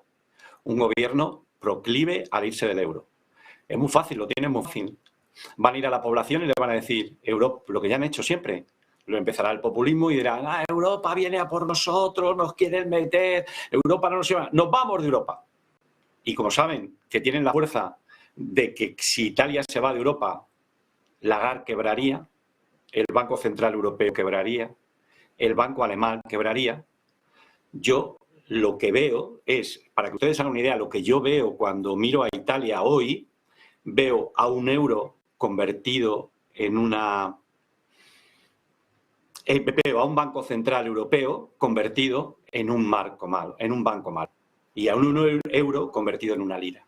Es lo que yo estoy viendo en mi mente, es un euro que se dirige a la lira y un Banco Central Europeo y un banco alemán que se dirige al concepto que tenemos nosotros de banco malo. Esa es la razón por la que está tan seria Lagarde. A ver quién convence a estos políticos italianos que con toda la población, con la mayoría de la población italiana apoyando a Draghi, lo han echado. Negocia con ellos, negocia con ellos. Y luego vienes aquí a negociar también, ¿vale? Porque si Italia debe 0,6, nosotros debemos 0,5 con 3. Y a ver tú a unos gobiernos tan desgastados en procesos electorales cercanos en los que la inflación les está hundiendo las expectativas electorales, a ver cómo tú le dices que vas a recortar el gasto público. Venga, dímelo. No lo van a conseguir. Entonces, Europa está en esa situación de que está rota. Tienes gobiernos del norte, austeros, frugales, y gobiernos del sur, derrochadores. Entonces, a ver cómo lo metemos eso en vereda. A mí me da la sensación, te lo digo, me van a decir ustedes, bueno, esto está de adivino, pero si yo veo un euro hacia la lira, un Banco Central Europeo hacia un banco malo, y veo que surge un nuevo marco alemán, ¿de acuerdo? Incluso hasta podría estar respaldado por oro. Pero eso es como yo pienso. Yo no sé si esto se dará en el futuro, pero yo no le veo futuro al euro, por una razón muy sencilla. Si no ha habido solución desde hace años, ¿por qué la va a haber ahora? Además, la Unión Europea se ha montado sobre la base de que Alemania subvencione a los países derrochadores del sur. Si el modelo alemán se rompe porque Putin lo rompe no dándoles gas barato, ¿de dónde va a sacar el dinero? El déficit comercial de Alemania, Alemania está incurriendo ya en déficit comercial. Es decir, Alemania va a vender menos, ¿de acuerdo? Pero es que Italia también se ha deteriorado mucho su superávit comercial. Por lo tanto, yo creo, en mi opinión, que esto están comprando tiempo. Y en realidad lo que estás comprando tiempo. Ahora me venden la idea de, no, solamente si hay un movimiento desordenado. ¿Pero qué me cuentas de movimiento desordenado? ¿Quién controla la cotización del bono alemán? ¿Quién controla la cotización del bono italiano? ¿Me lo quieren decir ustedes? El Banco Central Europeo. ¿Por qué? Porque el Banco Central Europeo tiene la tercera parte de todos los bonos que ha emitido Italia. Luego se hará lo que quiera. ¿De acuerdo? Por lo tanto, a mí esto me suena, y me van a permitir que tire para casa, a Ramón de Valle Inclán. Divinas palabras. ¿De acuerdo? Para que las primas de riesgo no se disparen. Divinas palabras de José Luis. Mientras tanto, estamos viendo cómo en la rueda de prensa habla Luis de Guindos. Entendemos que le ha pasado Lagarde ahora mismo la pelota porque quizás le hayan hecho alguna pregunta sobre España. Así que vamos a conectar de nuevo con esa rueda de prensa, si te parece, y escuchamos al vicepresidente del organismo. Characteristics. We do not know whether it will be a tax on profits, it will be a tax on assets. So that's the first thing that we have to say. We do not know the details, and so our opinion cannot be complete in respect. What I can tell you is what has been our policy line in the past with respect to taxation of banks. No? And if you look at our opinions in the past, they are quite clear. What they try to make quite explicit is that the tax should not impair credit extension, credit growth, because this is important for economic activity. Second, that we should try to avoid any sort of tightening of financing conditions for households and corporates. And finally, that the tax should not damage the solvency of the banking industry. This has been always, in the opinions that we have produced in the past, it has been always, this kind of message to the governments. But I repeat again, we do not know the concrete characteristics and features of the Spanish tax that has been announced, as you have said, by the Spanish government, and so in order to have a much more concrete and specific answer and response and opinion, we will have to wait a little bit. Yeah, and to your first point, that helps me to yet again come back to TPI, because in the monetary union, there is an inherent risk. José Luis, entendemos que le han preguntado a Luis de Guindos por el impuesto a la banca que anunciaba el gobierno la semana pasada. Vemos que no se ha mojado demasiado, pero importante también... ¿Cómo? Perdona, José Luis. Yo he entendido una cosa, Yo lo que he pillado es que la fiscalidad española tiene que evitar el endurecimiento de las condiciones de financiación para los hogares. Esto, la frase la he cogido al vuelo. La primera parte de la respuesta no la he captado. No sé si a lo mejor tú sí que la has cogido. Bueno, yo me he fijado en la tercera, pero la primera la he pillado por los pelos. Esta que tú dices la he pillado por los pelos. Primero, Luis de Guindos ha sido un poquito imprudente ahí. Él es del Banco Central Europeo, no debería hablar de temas fiscales, ¿de acuerdo? Los temas fiscales no son su competencia. Pero bien, ha dicho que los impuestos yo he trabajado como inspector de Hacienda y además he sido compañero de Guindos en el CUNED, ¿vale? Entonces, me van a permitir ustedes que me tomen la libertad de invertirle la cuestión, para que vean ustedes la demagogia barata que es, ¿de acuerdo? Él dice, los impuestos no tienen que encarecer la financiación de los ciudadanos. ¡Bravo, Luis! ¡Fenomenal! Yo diría, el derroche del gasto público al incrementar la prima de riesgo y, por lo tanto, incrementar el coste a la que la gente pide préstamos hipotecarios, no debería perjudicar a las personas que piden créditos. ¿Se dan cuenta? Hay dos vertientes en la función pública, ¿no? Una es el gasto público y otro es el impuesto. Aquí todo el mundo, hasta estas personas tan relevantes, hablan del ingreso. Oiga, ¿y del gasto qué? ¿Y del gasto qué? Vamos a ver, a mí en mi casa desde pequeñito me dijeron, muchacho, la clave de la libertad es la austeridad. Oiga, ¿y no creen ustedes que podíamos ser un poquito menos austeros? No quiero darles ejemplos de mi casa, por ejemplo, de aquí del ayuntamiento, lo que está haciendo, porque son ejemplos concretos que no sirven. Pero a mí lo que me preocupa es que las autoridades no consideren gasto público. Por ejemplo, me explico bien. Como es muy difícil reducir el gasto público, bueno, ningún político lo va a hacer, porque ya saben que el que reduce el gasto público pierde. Y lo que suelen hacer es subir los impuestos que gravan más las rentas de aquellos que no les votan. ¿De acuerdo? Eso lo hacen todos los políticos desde la antigua Roma. Bien, entonces a mí hay una cosa que yo cuando estuve en la Escuela de Hacienda Pública, y me lo enseñaron en la Escuela de Hacienda Pública, es el presupuesto base cero. Es decir, a mí llama la atención que ningún partido político diga que vamos a hacer un presupuesto base cero. El presupuesto base cero lo que significa es que vamos a analizar todas y cada una de las partidas que componen los presupuestos para ver si en alguna podemos recortar o ha llegado un momento en que esa partida no es necesaria. ¿De acuerdo? A la tercera que yo le he oído, Marta, si has oído tú alguna más, me la añades. La tercera me ha gustado. Haya estado brillante, porque era su tema. Miren, si la economía de Europa va a una recesión, se va a deteriorar el balance de los bancos. Los activos de los bancos se van a deteriorar. Hemos dicho anteriormente que no esperamos que sea una recesión profunda. Pero aún así, esta señora Lagarde, que dice que la economía de Europa no va a recesión, el otro día convocó el Banco Central Europeo, convocó a todos los bancos de la eurozona para decirles que repartan menos beneficios, porque vamos a acercarnos a una etapa recesiva y la calidad de su balance se puede deteriorar. Y hete aquí que mi amigo Luis de Windows me dice ahora, hombre, es que el tema fiscal hay que cuidar la calidad del activo. Vale, pero si no vamos a recesión, amigo mío, si no vamos a recesión, amigo mío, ¿qué me estás diciendo?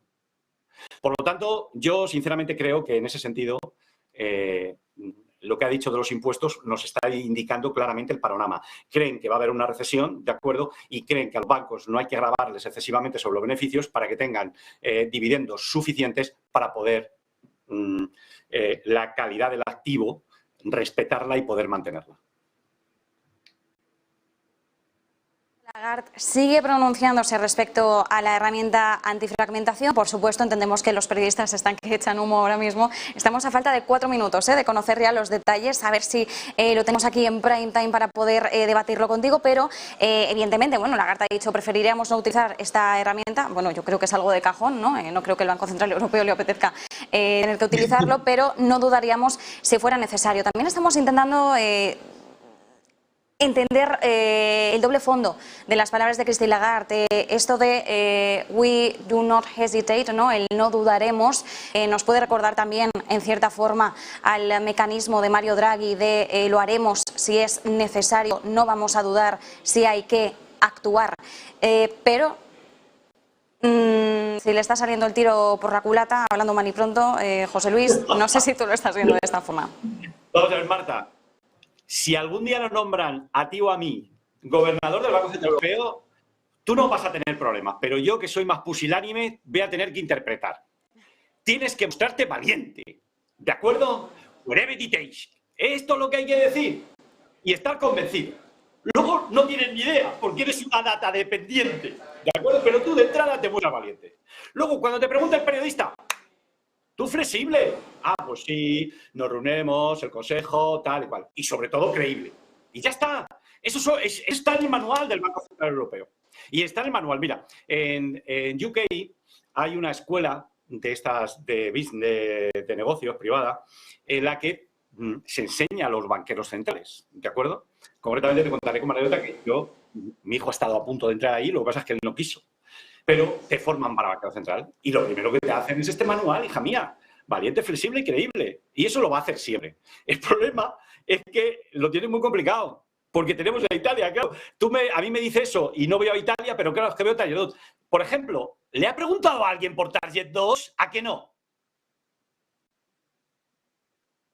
De momento, José Luis, parece que no, porque yo no lo estoy viendo por aquí. Mientras tanto, seguimos vigilando, por cierto, muy de cerca lo que está haciendo la prima de riesgo italiana. Insistimos en que hace un rato, cuando les estábamos enseñando el gráfico, estaba en el 246 y sigue ahora mismo, porque lo habíamos visto como, bueno, disminuía un poco, en 244, pero volvemos a tenerla en 246 puntos. Y, por cierto, José Luis, que se me ha olvidado antes, pues porque con toda la jarana que tenemos, pues queríamos analizar muchas cosas. José Luis, ahora mismo el euro se ha dado ya la vuelta y está volviendo a descender. Poquito, tampoco está descendiendo mucho frente al dólar, pero bueno, ya no lo estamos viendo con las subidas que estábamos viendo en un inicio y sobre todo a tenor de la decisión de política monetaria. Parece que esto se ha ido desinflando conforme Christine Lagarde iba respondiendo a las preguntas y ahora mismo volvemos a tener a la divisa europea tambaleándose. ¿Ves? Esto es... ¿Tú te acuerdas que siempre, Marta, que hablamos de cuando sale Powell, que durante la primera media hora, los 3/4 de hora, que no hagamos caso al movimiento, que le dejemos que pase un poquito de tiempo hasta que emerja la tendencia definitiva? Tú fíjate que han subido 50 puntos básicos los tipos de interés. La gente esperaba fundamentalmente 25 y a 50 puntos básicos le atribuyeron una probabilidad, me parece recordar, del 44%. Y ves que la gente ha vendido, ha aprovechado la subida y ha vendido. Eso no significa que el euro vaya a caer, ¿eh? Yo lo que creo es simplemente que ahora se va a mover lateralmente, pero que no va a caer. ¿De acuerdo? Por lo tanto, la conclusión a la que yo hago, lo que hago es que la gente a lo mejor esperaba más y a medida que ha ido hablando han realizado beneficios. Pensemos que estaba en 0,99,5, de ahí ha rebotado y ha llegado pues a la zona de 1,025 y ahí ha estado cuando ha empezado Lagarde. Y yo creo que ahí la gente ha tenido que realizar beneficios en los futuros y ahora esperar a ver cómo evoluciona, ¿de acuerdo? Pero vamos, en principio no vamos a considerar como el escenario más probable que va a volver otra vez a 1.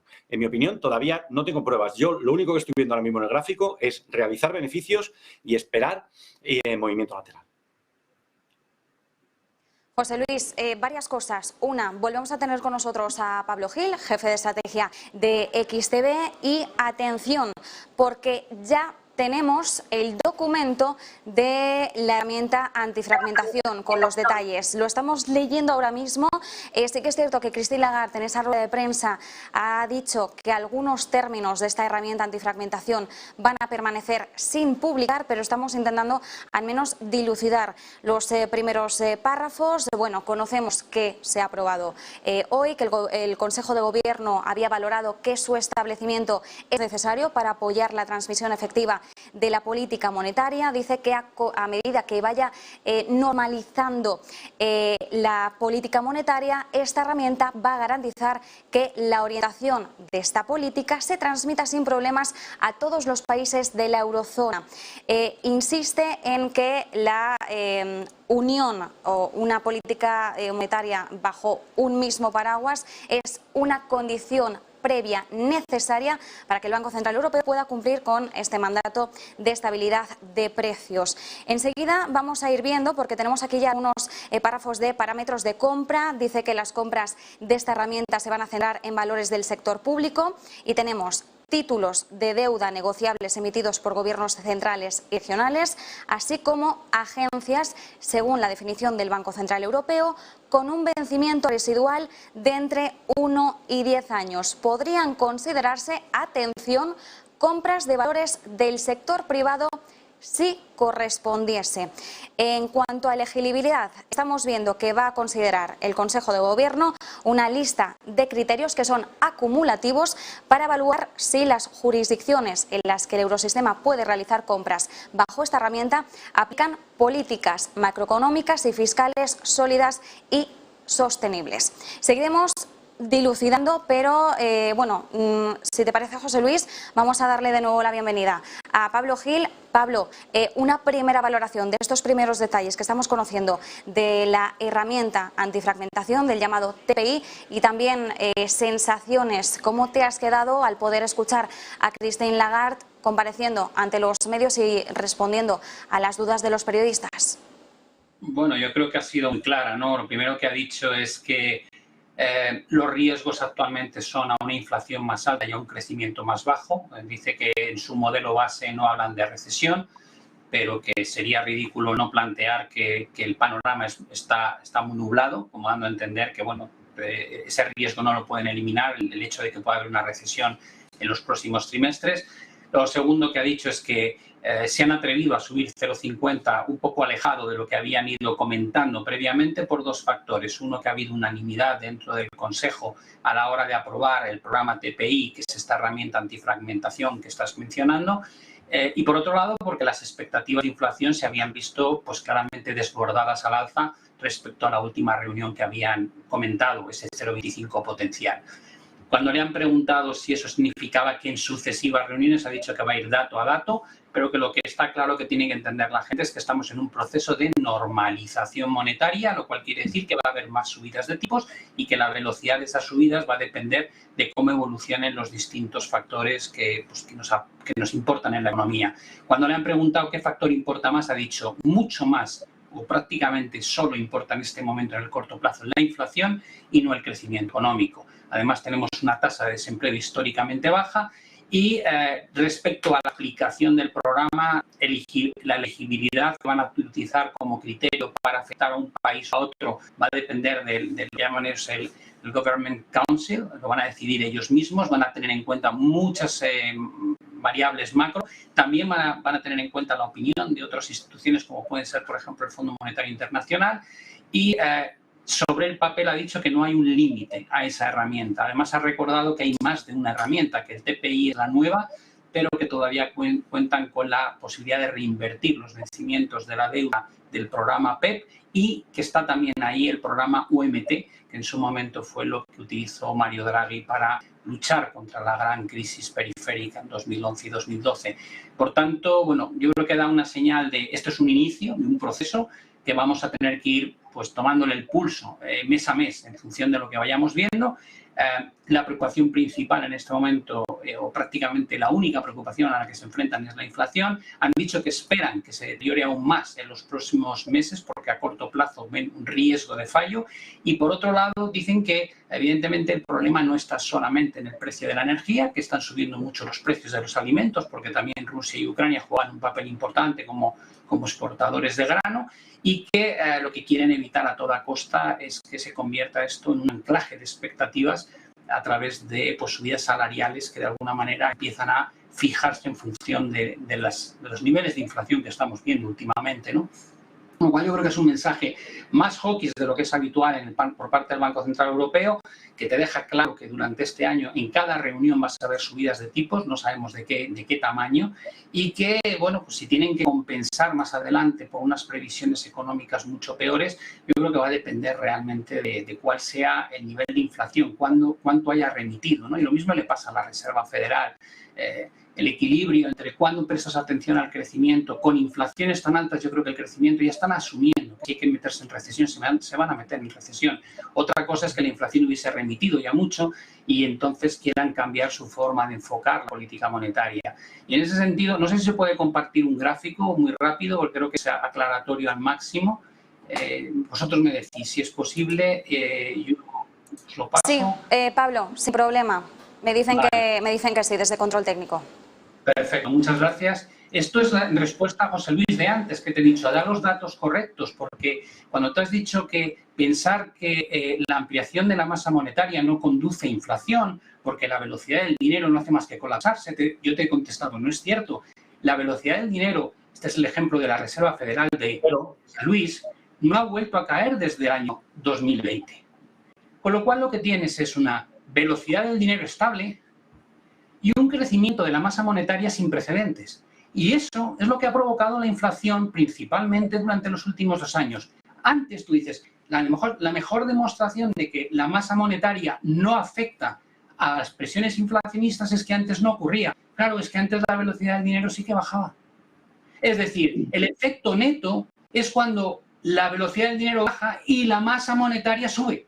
Pero no me puedes decir que si uno está plano y el otro sigue subiendo, el efecto se netea. No, para nada, el efecto es de inflación que estamos viviendo. Por tanto, la tesis de que la masa monetaria no induce a crear inflación cuando la velocidad del dinero se estabiliza o sube, te lo ves en el propio dato. Tal y como puedes ver, se te ha producido en el último periodo de tiempo, pero ha habido años anteriores que no estaba subiendo la inflación y estaba estabilizada.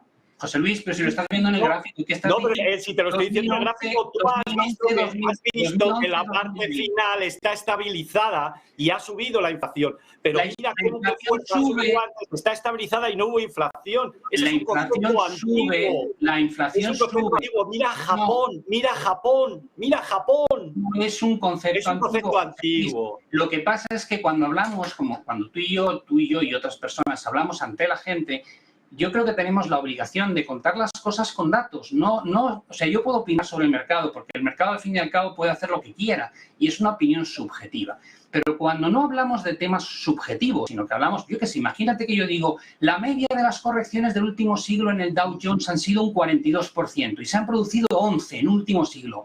No es discutible. Vamos al gráfico y vemos si es verdad o no. Entonces, yo lo único que pido, en general... Pero si estás interpretando, hombre, no me digas eso. Tú estás interpretando el aumento de la inflación en el último año y yo te estoy diciendo que si te fijas para los años anteriores, la velocidad ha estado baja y no se ha incrementado la inflación. Ha sido en el último periodo de tiempo. Si no, los bancos centrales no hubieran bajado tanto los tipos de interés. Y además hay que hablar del tipo de interés neutral. Esto es antiguo, esto me lo contaron a mí en la facultad. Sí, pues tenías que haber prestado más atención, José Luis, porque... Estuve con el de Windows. En 2018, con una velocidad también plana y subiendo la masa monetaria, fue la segunda ocasión en la que la inflación registró niveles más altos. Es decir, por favor, hablemos de datos. Creo que es una obligación... cuando uno da una opinión sobre algo... Pero díselo a Lagarde, que está opinando y no tiene datos. Dice, hago esto, pero ya veré los datos que vengan. Lagarde tiene muchos más datos que nosotros. Los analistas interpretan. A partir de los datos, nadie es capaz de adivinar el futuro, amigo mío. Es difícil proyectar, pero al menos leamos los datos correctamente. Si podemos errar, se puede errar siempre, pero lo mínimo que hay que hacer es utilizar datos correctos. No puedes decir la velocidad del dinero se está desplomando cuando lleva 2 años. Pero eso lo estás interpretando tú, amigo mío. Me parece muy bien que lo interpretes. El dato lo estás manipulando, estás cogiendo la parte final para llevártelas para tu sardina, que me parece fenomenal, ¿eh? Que si tú eres así, a mí me da igual. Esto es más sencillo de lo que parece. Tú dices, la velocidad del dinero no hace más que desplomar si yo te enseño un dato donde la velocidad del dinero está plana desde hace 2 años. Te he dicho, la velocidad ¿Qué interpretación es esa? Yo te he dicho. ¿Quién es esa? Es lo que tú has dicho. Como esto es una discusión que no va a ninguna parte, no, y pones palabras en mí, no digo, yo te he dicho, con la oferta monetaria, pero muchacho, bueno, vale, yo te dejo. Claro, es que tenemos que ser objetivos, es que no podemos manipular el dato, puedes interpretarlo como quieras, pero no lo puedes manipular. Entonces, no diga la velocidad del dinero se está desplomando cuando no es cierto, es así de sencillo, se acaba la discusión, si es que no es cierto, no está bajando. Punto. Señor, ¿me deja que me defienda o no me va a dejar usted defender y va a seguir acusándome de ver. Caballeros, solo una cosa. No puedes decir a una persona que manipula y no dejarle hablar. José Luis, un momentito. Cuando habláis a la vez, no se os entiende nada. Entonces, por favor... Pero yo no puedo tolerar, Marta, que una persona me acuse de manipular, que es casi una cosa bastante grave, cuando está tergiversando mis palabras desde el momento en que ha empezado. José Luis... Es decir... Sí, lo entiendo. Sí, lo entiendo. Sí, pero coordinemos un poquito porque si no os pisáis y el problema es que no os escuchamos ni a uno ni a otro y es una pena porque el debate es muy interesante. José Luis, venga. La oferta monetaria ha crecido, pero no ha provocado inflación hasta el último año porque se ha desplomado la velocidad de circulación del dinero. Digas lo que digas. Y luego tú me has dicho, no, pero es que en los últimos años se ha mantenido cerca de cero. Hombre, es que no puede caer más, hombre, no puede caer más. Y lo que estás viendo es que al final la inflación se ha disparado, pero ha habido muchos años que no ha habido inflación. Y es por una cosa, por el tipo de interés neutral, que a medida que incrementa la deuda, a medida que se envejece la población y la productividad se estanca, el tipo de interés neutral de la economía está por debajo de cero. ¿Eso no lo miráis? Pero vamos, si lo miras, tabula. Yo ya, con esto ya no entro más en la conversación, porque es mi argumento, no puedo argumentar más. No, si no es cuestión de argumentar, es cuestión de... Es decir, es cuestión... Yo espero que al menos la audiencia lo vea. Es decir, cuando tú ves una línea plana y te no puede bajar más, baja de 2 a 1,1. Y dices, sí, puede bajar más de 1,1 hacia 0. Con lo cual, por supuesto que puede haber menos velocidad del dinero, pero no ha ocurrido. Si la gente que vea la grabación dirá, sí, José Luis argumentaba que la velocidad del dinero no hacía más que caer y por eso no generaba inflación. Y dirán, pues no es cierto. Es verdad que en los últimos 2 años y medio no ha bajado la velocidad del dinero. Es que eso no es una discusión de si tenemos razón o no, es una cuestión de mirarlo. Y el gráfico que está puesto ahora desde los 70 al 82 crece las 2 líneas y ha sido el nivel más inflacionista del último siglo. Por tanto, hay suficientes evidencias Tú lo acabas de decir, como para decir que cuando tú ves las dos cosas... En el último periodo de tiempo es cuando se ha incrementado la inflación, pero mientras tanto no, pero si lo has sacado tú en tu gráfico. Son 2 variables, José Luis, mira, es multiplicar dos si te he dicho yo que eran 2 variables. La variable X y la variable Y. Pero si tú has empezado diciendo solamente la oferta monetaria y has metido la velocidad de circulación del dinero cuando te lo he dicho yo.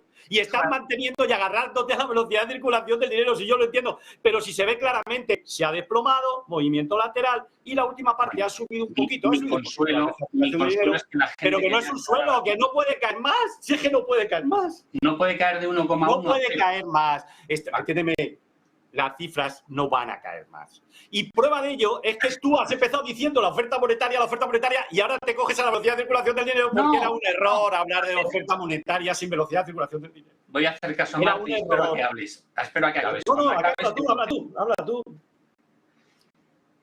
El orden es el incremento de la masa monetaria es inflacionista y tú dices no porque cuando la velocidad del dinero es... Déjame terminar. Cuando la velocidad del dinero está bajando se netean. Te digo, claro, lo que ha pasado de 2010 o 2011 a 2019. Pero en el momento 2020 en adelante, la realidad es que la velocidad del dinero ya no ha bajado más, se ha quedado plana. Y no porque esté a 0, está a 1,1. Es decir, claro que podía bajar más, pero ha bajado más. Y, sin embargo, la masa monetaria se ha incrementado al ritmo más alto que se recuerda probablemente en el último siglo. Y te digo, y eso es inflacionista. Y a partir de ahí... Tú has negado por todos los medios posibles e intentas cambiar el argumento. El argumento es, si la velocidad del dinero no baja o está estable y la masa monetaria sube como ha subido, es inflacionista. Y eso es un concepto monetarista que tú has decidido que es antiguo, que no tiene sentido, que lo estudiamos en la facultad. No es cierto, los bancos centrales son conscientes de que el incremento que han hecho del dinero... Cuando tú incrementas la oferta monetaria como la has hecho, al final has aumentado la oferta de un producto. Y cuando, como todos sabemos, por la ley de la oferta y la demanda, mayor oferta, menor valor. Y la inflación no es más que la cara opuesta de la pérdida de poder adquisitivo. Es decir, que el hecho de aumentar la masa monetaria como lo estamos haciendo genera una inflación que está muy mal medida y por eso parece que no hay inflación hasta ahora que nos ha explotado en la cara, pero que todos conocemos lo que costaba poner la gasolina antes, comprar una casa hace 50 años o con lo que ganaban nuestros abuelos y sabemos que esa inflación, que es la depreciación del poder adquisitivo de nuestro dinero fiat, es una realidad que nos acompaña desde hace mucho tiempo y que ahora, en los últimos 2 años, se ha disparado a raíz de estas políticas ultraexpansivas que incluyen la parte fiscal, la parte monetaria. Eso es, yo creo, al menos en mi opinión, es un hecho. Tú lo puedes rebatir como quieras, pero lo único que te digo es, rebátelo con tu teoría. Rebátelo con Japón. No hables de la línea, habla de la línea real, no hables de la línea imaginaria. La oferta monetaria más en el mundo y no tiene inflación.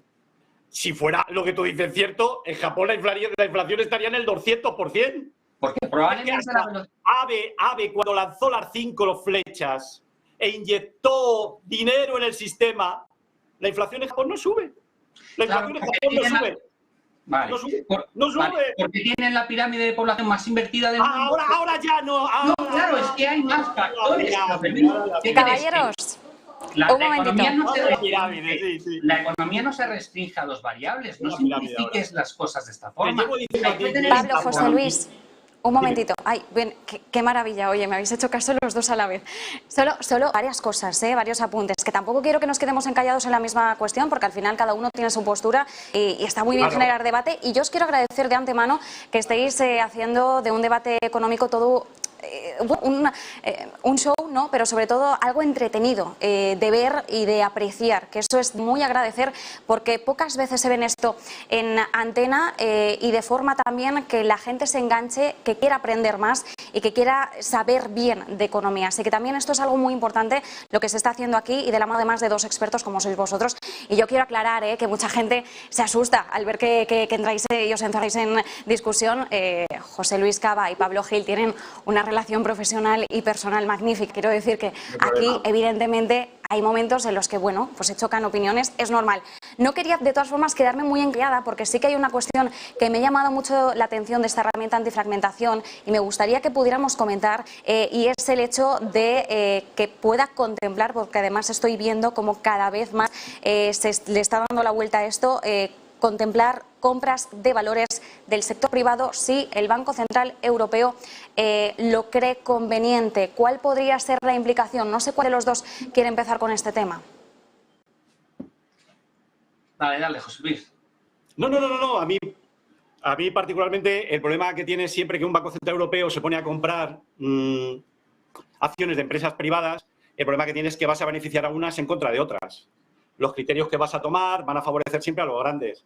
Entonces, a mí, en mi opinión, pues mi forma de verlo es más escéptico. Yo prefiero que se limite a la deuda pública y no intervenga en el sector privado. No me atrae mucho. Ahora bien, entiendo que ellos, en las grandes operaciones de los mercados de renta fija, entiendo que quieren que no se les vaya de las manos, ¿de acuerdo? Por lo tanto, dado que es una herramienta excepcional que se va a aplicar en momentos en los que la prima de riesgo va a crecer de forma descontrolada, pues evidentemente si atacan solamente a la deuda pública para frenar esa subida, pues también tendría que ir a la deuda pública, a la deuda privada. Y es evidente que en los mercados de deuda privada van las grandes empresas y en definitiva se verían beneficiadas. ¿Me explico bien? Porque podrían obtener una financiación más barata que se los regala el Banco Central Europeo. Luego yo, como soy muy partidario de los pactos de rentas, me gustaría sentarme a la mesa con ellos y que devolvieran parte del regalo.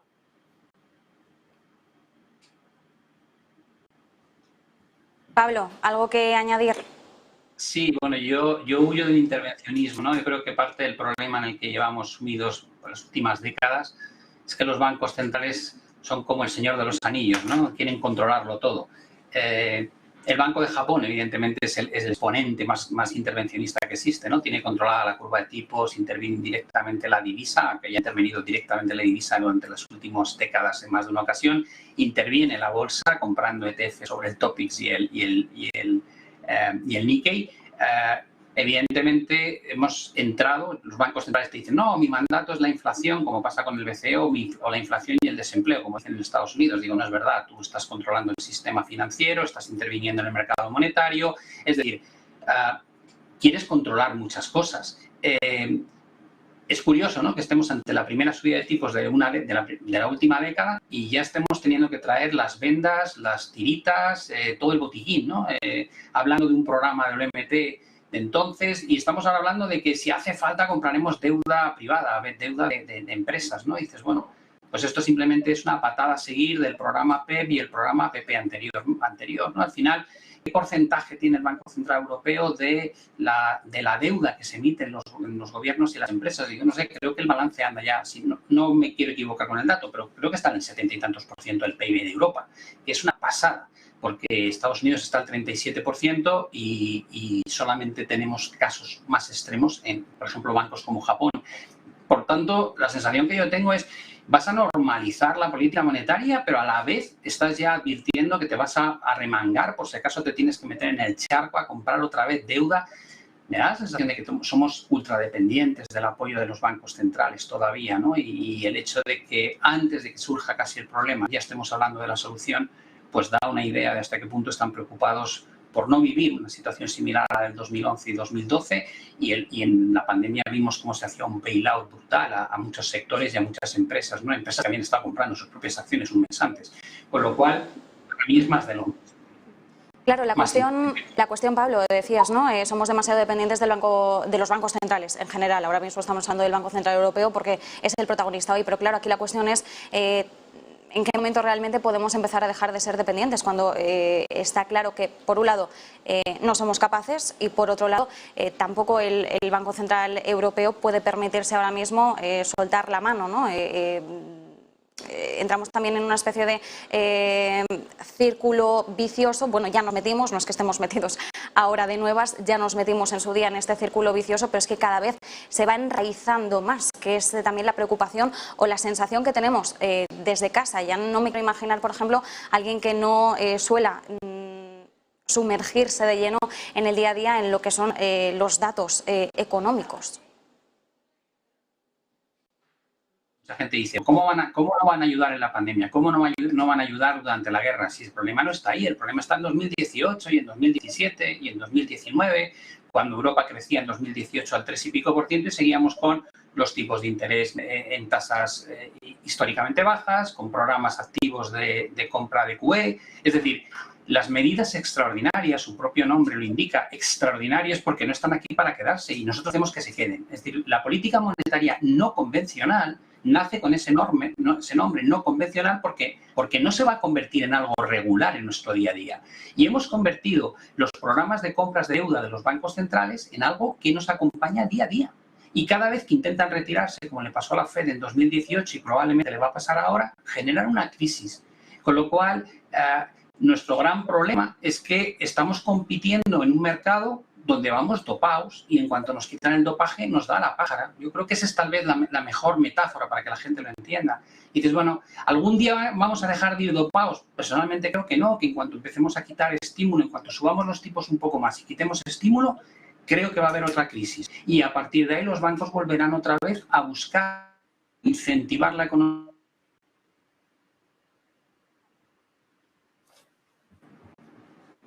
Hemos perdido la conexión con Pablo. Pablo, justo nos había sido unos minutitos. De todas formas, yo quería reavivar, porque justo hemos captado las últimas palabras, quería reavivar también el debate que tenemos sobre la recesión.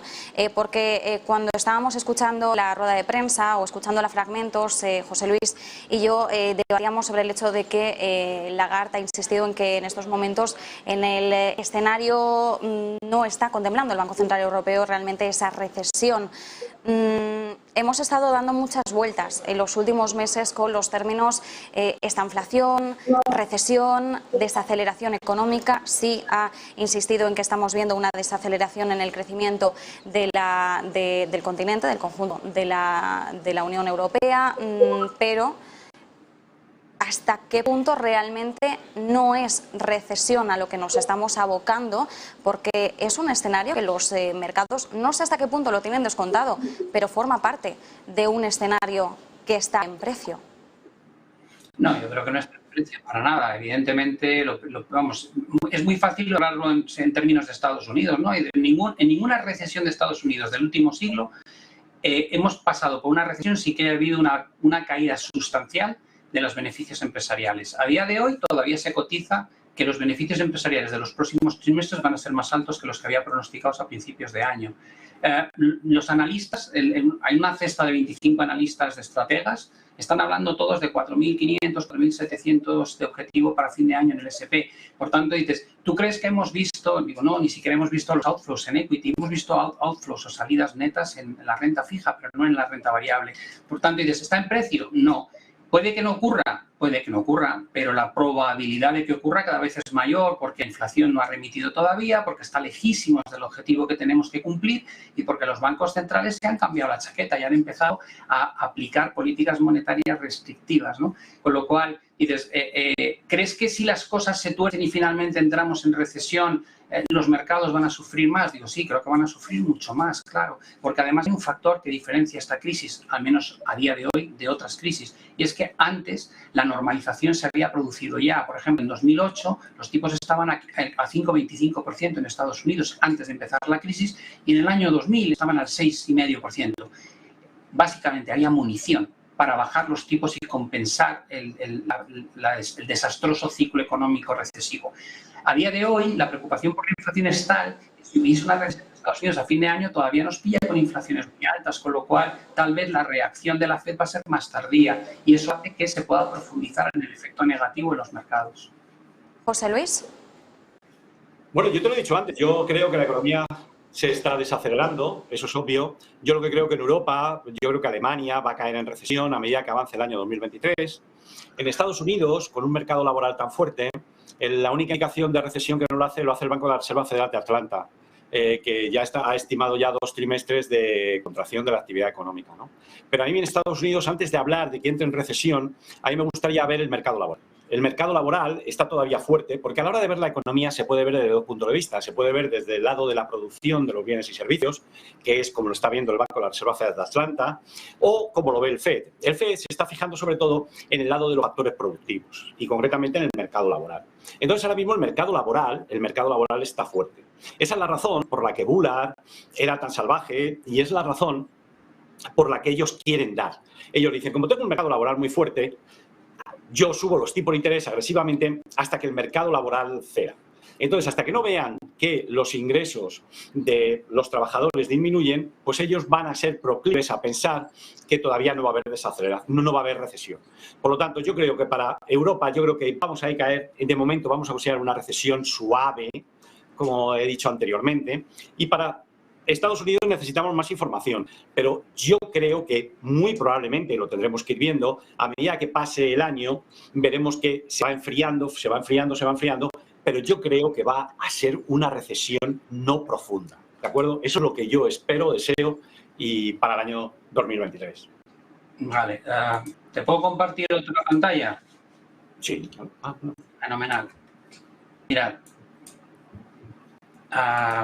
Este gráfico que es de la Reserva Federal muestra algo que es una realidad y que todos debemos conocer, y es que el dato de empleo es el dato más retrasado dentro del ciclo económico. ¿Qué quiere eso decir? Que esta tasa de desempleo que veis aquí nunca va a estar en picos antes de una recesión, porque como es un efecto retardado, el pleno empleo, situación idílica en términos de desempleo, se alcanza justo a final del ciclo, ¿no? Y es después, cuando la recesión se presenta, cuando empieza a subir el desempleo, tal y como ocurrió en la época de la década de los 2000 o en la del 2008, en la pandemia, y como va a ocurrir ahora. Es decir, que en mi opinión, argumentar que como el empleo está fuerte, el riesgo de recesión es bajo, casi me atrevería a decir que casi es lo contrario. Es decir, cuando el desempleo avanza tanto hacia esa cota de pleno empleo, normalmente lo que te está marcando es que el ciclo está ya muy maduro. Y si de verdad la Fed estuviera esperando a que este dato repunte con fuerza para empezar a intuir que hay un problema, probablemente tendrá la recesión encima cuando eso empieza a repuntar. Entonces, yo no creo que deban utilizar el dato de empleo como un indicador de puedo estar subiendo tasas y retirando estímulo monetario hasta que el empleo se rompa, salte por los aires, porque para cuando eso pasa es porque la recesión está ya con nosotros, van a llegar tardísimo. Que no digo que no pueda ocurrir, pero si realmente utilizan esa métrica van a ir súper retrasados respecto al ciclo. Y yo creo que entonces el error va a ser todavía mayor porque van a estar subiendo las tasas de interés durante más tiempo del que deberían. Por cierto, que yo recuerdo que ya que ha salido a colación la Reserva Federal, la semana que viene se inicia esa reunión de 2 días, va a ser el martes, el miércoles vamos a conocer la decisión de política monetaria de la Reserva Federal y además nosotros desde Negocios Televisión vamos a ofrecer un especial que precisamente vamos a estar también nosotros tres junto a otros analistas internacionales para debatir por un lado el mensaje, por otro lado, las palabras de Jerome Powell. Y yo también quiero aprovechar para establecer una previa, ¿no? Para empezar también a calentar un poquito motores. Ahora que ya tenemos esa decisión del Banco Central Europeo y hemos visto cómo ha pisado el acelerador más de lo previsto, bueno, ya estábamos descontando en los últimos días la probabilidad de 50 puntos básicos, pero lo teníamos de una forma algo más contundente previamente por parte de Lagarde, esa puerta a los 25 puntos básicos. La semana que viene, mirando a la Reserva Federal, se hablaba de 75 puntos básicos en línea con la reunión anterior, pero incluso se llegó a hablar, después del último dato de IPC que teníamos en Estados Unidos, de la posibilidad de una subida en 100 puntos básicos de una sola tacada. Realmente, ¿cómo veis esa posibilidad? No sé si incluso os llegáis a aventurar a más, menos, ¿cómo lo estáis viendo? El mercado de futuros sobre fondos federales está descontando 75 puntos básicos. Por lo tanto, yo lo que creo es que el mercado lo que está esperando son 75 puntos básicos, ¿no? Y luego, en ese sentido, yo no veo especial novedades. Lo que queremos ver es, sobre todo, lo que diga, sobre todo, en mi opinión, sobre el comportamiento del balance. Porque han dicho que lo quieren reducir, pero realmente no lo están reduciendo significativamente. Entonces, yo me voy a fijar sobre todo en la reducción del balance. Eso es lo que yo me quiero fijar. Y luego, por supuesto, en todo lo que digan en materia de cómo ven qué expectativas inflacionistas tienen, cómo ven el mercado laboral. Es decir, a mí me interesa más el contenido. Yo creo que a la gente le va a interesar más el contenido y, sobre todo, ver lo que dicen en cuanto al cumplimiento del plan de la reducción del balance. Bueno, Marta, yo pienso que la reunión, había una expectativa creada hace muy poco de 100 puntos básicos que saltó ahí a raíz de ese 9,1% de dato de inflación, pero luego salieron las expectativas a largo plazo de inflación, las que se marcan a más de 5 años, y cayeron a 2,8, ¿no? Veníamos de 3,1, anteriormente 3,3, y creo que fue clave porque Powell, en su comparecencia para justificar la última subida de 0,75, dijo expresamente esto, dijo: el anclaje de expectativas de inflación a largo plazo que haya subido de 3,1 al 3,3 nos ha llevado a reaccionar más agresivamente y subir 0,75% los tipos de interés. El hecho de que lo dijese así de claro, cuando luego te cae esa expectativa de 3,3 a 2,8, hace que mucha gente diga, bueno, con ese dato, a pesar de que la inflación ha salido 9,1, con esa caída de expectativas a largo plazo, no tiene sentido mantener una subida extrema de 100 puntos básicos, sino volver otra vez al eje central, que eran 75 puntos básicos. Aún así, no deja de ser una subida espectacularmente rápida, que no veíamos desde la década de los 80. Vamos a plantar los tipos por encima del 2%, cuando a principios de este año mucha gente no consideraba que pudiesen subir los tipos, y va a seguir subiendo probablemente a lo largo de los próximos meses, porque realmente tienen que conseguir que esa inflación remita y todavía está muy por encima del objetivo que tiene la FED. La normalización por el lado del balance, evidentemente, como dice José Luis, va a ser vital, porque no olvidemos que fue uno de los grandes problemas que sufrimos en 2018 y pretenden a partir de septiembre que sea al doble de ritmo de lo que se hacía entonces, con lo cual pues puede ser un golpe muy duro para los mercados. Si os parece, lo dejamos aquí, porque además sé que tenéis compromisos ya a lo largo de la tarde, así que os reitero mi agradecimiento también de José Antonio Widner y de todo el equipo de Negocios Televisión. También Marta Vilar estaba al inicio de este especial del Banco Central Europeo. Muchísimas gracias por habernos aportado vuestro conocimiento, vuestro análisis, sobre todo el punto crítico, que también es tan necesario, una visión unos pasos más allá, como siempre, aunque tengáis posturas distintas en algunos aspectos. Muchísimas gracias, porque considero que ha sido un debate muy enriquecedor. Así que gracias a ambos.